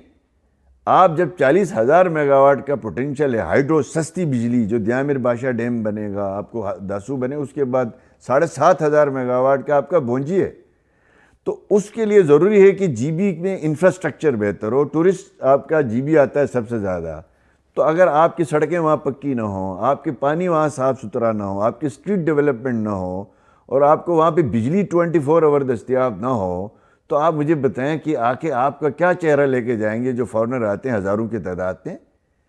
کہ جو بیڈ گورننس ہے وہ دوسرے معنوں میں ریاست سے بغاوت پیدا کروا دیتی ہے. کوئی شک نہیں, کوئی شک نہیں. جو باغی پیدا آزاد کرنے کشمیر میں ہوا نا عوامی ایکشن کمیٹی, آپ کے سامنے ہے. ہم نہیں چاہتے کہ گلگت بلتستان میں بھی وہ حالات پیدا ہوں. اس سے بہتر یہی ہے کہ ہم فیڈرل پارٹیوں کو وہاں پہ جو جتنی بھی فیڈرل پارٹیاں ہم اپنا کردار ادا کریں اور گورننس بہتر کرنے پہ دھیان دیں. گورننس تب بہتر ہوگی. اب ایک فارمولہ ہے اس میں ریونیو شیئرنگ میں, یعنی اب اگر جی بی میں کوئی ٹیکس کلیکٹ نہیں ہو رہا ہے نا جی بی کے اپنے خزانے میں, جب وفاق کے ساتھ آپ این ایف سی میں جائیں گے تو یہاں سے آپ 10 ارب روپے آپ لینا چاہیں گے تو آپ کو کہا جائے گا 10 ارب اپنے جمع کرو. جب ہم 10 ارب روپے کے ٹیکس جمع کریں گے تو جب ہمیں 10 پلس ملنے ہوں تو ہم 20 جمع کرنے کی کوشش کریں گے. ہم اپنی سوسائٹی کو ڈاکومنٹیشن کی طرف لے کے جائیں. جی بی انڈاکومنٹڈ سوسائٹی ہے. کس کے پاس کتنی جائیداد ہے کوئی پتہ نہیں ہے آپ کے پاس. کون کہاں سے کیا کما رہا ہے, کیا رکاوٹ ہے. آپ بجلی کا بل مانگتے ہیں تو لوگ آئین مانگ رہے ہیں. آپ لوگوں کو اس سے ٹیکس مانگتے ہیں تو آگے سے کہا جائے پہلے آئین دے دو. کہ ہمیں اگر یہ نیشنل فائنانس کمیشن کے فارمولے میں لاتے ہیں, ہمیں ہمارا فنڈ جو ہے وہ رائٹ سمجھ کے دیتے ہیں, ہم جی بی کے عوام کے پاس جائیں گے اب آپ کا اشرافیہ بھی ٹیکس دے دے. ٹھیک, تو اس سے ہمارا نظام بنے گا. وہاں جتنی گڈ گورننس ہوگی وہ فیڈرل کی گڈ ول کا جو ہے وہ بنے گی. میں آپ کو چھوٹی سی مثال دیتا ہوں. آج سے 2015 سے پہلے اسکردو میں ایک جلوس نکلتا تھا, جی چلو چلو کارگل چلو. ٹھیک ٹھیک ہے جی, ٹھیک, جی وہاں پہ یونیورسٹی بنی ہے, کیمپس بنا ہے, فلاں فلاں فلاں. اور اچھا اس کو لوگوں کو جیلوں میں ڈالا جاتا تھا. ہم نے کہا یہ اس کا حل نہیں ہے. نواز شریف صاحب کو اللہ پاک جزائے خیر دے, ہم نے کہا بلتستان کی یہ 4 بڑے ایشوز ہیں. ایک یہ روڈ ہے جو 60 ارب روپے لگیں گے وہ بنانی ہے. دوسرا 2 ضلع بنانے ہیں یہاں پہ. تیسرا بلتستان یونیورسٹی بنانی ہے. نواز شریف صاحب نے 4 بنا دیے. ٹھیک, آپ وہ بیانیہ کیا ہو گیا, کارگل میں جلوس نکل رہے ہیں, چلو چلو اس کر دوں چلو. ٹھیک, بالکل ٹھیک. وہاں یونیورسٹی بنی ہے, آل ویدر روڈ بنا ہوا ہے, انٹرنیشنل ایئرپورٹ بنا ہوا ہے. تو یہ ہوتا ہے گورننس جو ہے, اچھی گورننس ہو گئی تو آپ کے کئی جو ہے وہ بدخواہ ان کی اسکیمیں ناکام ہوتی ہیں. آپ بیرونی ایجنٹوں کو کب تک مقابلہ کریں گے جب تک آپ اپنی گورننس بہتر نہیں کریں گے. گورننس بہتر کرنے کے لیے آپ کو اچھی گورننس کے لیے آپ کو ایک 2/3 میجارٹی والی گورنمنٹ چاہیے جو جی بی کے عوام فیصلہ کریں گے. اور دوسرا یہ چاہیے کہ وفاق سے بھرپور وسائل چاہیے جو ان کا حق بنتا ہے. تو میں سمجھتا ہوں کہ جو نواز شریف صاحب کے زمانے کا جو ہمارا جو ڈیولپمنٹس کا جو رفتار تھی وہ 2018 میں ہی سلو کر دی گئی خان نے. 2020 میں تو مکمل ختم ہو گئی. ان 5 سالوں میں 2020 سے لے کے 2025 تک گلگت بلتستان میں کوئی ایک منصوبہ ایسا نہیں جس کو آپ کسی فورم میں بتا سکیں. مجھے خوشی ہوئی جب نواز شریف صاحب کے ساتھ جب ہم پچھلے دنوں ہماری میٹنگ تھی, آزاد کشمیر والوں نے کہا کہ حفیظ الرحمان صاحب نے کینسر ہاسپٹل بھی لے لیا, کارڈیالوجی ہاسپٹل بھی لے لیا آپ سے. الحمدللہ گلگت بلتستان میں state of the art cardiology hospital بنایا, نواز شریف صاحب نے بنایا. کشمیر میں نہیں ہے ابھی, ٹھیک, آزاد کشمیر میں نہیں ہے. ٹھیک بات. گلگت بلتستان میں state of the art cancer hospital ہے, وہ نواز شریف صاحب نے دیا, ابھی تک کشمیر میں نہیں ہے. ٹھیک, پورے کشمیر میں MRI مشین نہیں ہے. ہمارے ہاں الحمدللہ شہباز شریف صاحب کو اللہ جزائے خیر دے, جب پنجاب کے چیف منسٹر تھے اس وقت انہوں نے 40 کروڑ روپے اپنے صوبے سے لگا کے گلگت میں جو ہے MRI کا سینٹر بنایا ہے بہترین. اب مریم نواز نے گلگت بلتستان کے لیے مزید MRI کی 2 مشینیں بھی ان کی جو ہے وہ سپلائی ہو رہی ہیں گلگت بلتستان میں. آپ یہ دیکھ لیں کہ پنجاب کتنی خدمت کر رہا ہے چھوٹے صوبوں کی. گالی پنجاب کو پڑتی ہے. ٹھیک, ہمارے اس وقت میڈیکل کی 1984 میں سندھ میں 4 سیٹیں تھیں, آج بھی 4 ہیں. کے پی میں 1984 میں 4 تھی, آج بھی 4 ہیں. پنجاب میں 1984 میں ہماری 16 سیٹیں تھیں. نواز شریف اور شہباز شریف اور مریم نواز نے 74 کر دی ہماری میڈیکل سیٹیں. تو پنجاب نے ہمارے 1000 سے زیادہ بچوں کو اسکالرشپ دے رہا ہے. تو الحمدللہ آپ پہلا صوبہ ہیں یا پہلا علاقہ ہے جو پنجاب سے خوش ہے. الحمدللہ. جی بھی میں ہمیں شکایت بہت زیادہ ملتی ہے, وہ بھی بھائی ہیں ہمارے جو شکایت کرتے ہیں, ان سے ناراضگی نہیں ہے, لیکن میں کہہ رہا ہوں کہ پہلا صوبہ ہے جو ہم سے کم از کم پنجاب سے جو ہے وہ نہیں. الحمدللہ جی ہمارے جی بی کے اوپر دیکھیں, ہمارے استاد ہم نہیں بھول سکتے ہیں. اعزاز صاحب جب ہم اسکول میں پڑھتے تھے تو اس وقت جی بی میں پڑھانے کے لیے استاد نہیں ہوتا تھا. خانوال سے, رحیم یار خان سے ٹیچروں نے وہاں آ کے ہمیں پڑھایا ہے. ڈہا, پتہ نہیں کون کون سے خاندان، ہم نے نام بھی نہیں سنے تھے. آج ہمارے وہ اساتذہ ہیں جو اپنے گھر بار چھوڑ کے، کوئی رحیم یار خان سے آیا، کوئی باولپور سے آیا، کوئی جنوبی پنجاب سے آیا، زندگی انہوں نے وقف کی وہاں پہ. ہمارے جی بی میں کسی ٹیچر پہ ہاتھ نہیں اٹھایا آج تک ہمارے عوام نے. ان کو سلام کرتے ہیں. ہماری آج کی جو نسل ہے اس وقت، جو پولیٹکس میں ہے، بیوروکریسی میں ہے، ان کے 70% کے اساتذہ جو ہے وہ پنجاب سے. آج وہ صوبہ اس قابل ہوا ہے کہ آپ کے ہر شعبے میں لوگ پروڈیوس کر رہا ہے. فوج میں آپ دیکھ لیں، اس وقت ہمارے 3 ایمبیسڈر ہیں ماشاءاللہ، جی بی سے، 3 لیفٹیننٹ جنرل ہیں، ماشاءاللہ. اور اس وقت فیڈرل بیوروکریسی میں اس وقت تقریباً گریڈ 20 سے اوپر ہمارے 8 سے زیادہ بندے موجود ہیں. تو وہ سب کے سب میں سمجھتا ہوں پنجاب کے ان اساتذہ کو میں کریڈٹ دیتا ہوں جنہوں نے گلگت بلتستان میں آ کے تعلیم کی ابیاری کی. حافظ صاحب، آپ کا بہت شکریہ. آپ نے اپنے علاقے کے مسائل بھی بتائے، اور جو ہم نے آپ سے تاریخ کے اوراق چھیڑنے کی کوشش کی وہ بھی آپ نے کھولے. تو میں بڑا خواہش مند ہوں کہ آپ کے علاقے کے مسائل حل ہوں اور وفاق بھی سنیں آپ کی، اور اس حوالے سے اس پلیٹ فارم پہ ہم آپ سے پورا تعاون جاری رکھیں گے. تو بہت بہت شکریہ. بڑا مزہ آیا آپ سے بات چیت کر کے اور بڑا سیکھا. ناظرین، پروگرام آپ نے دیکھا. پروگرام کے بارے میں اپنی رائے ضرور دیجیے گا، اور اگر کوئی معلومات ہوں تو talkshop777@gmail.com پہ شیئر کیجیے.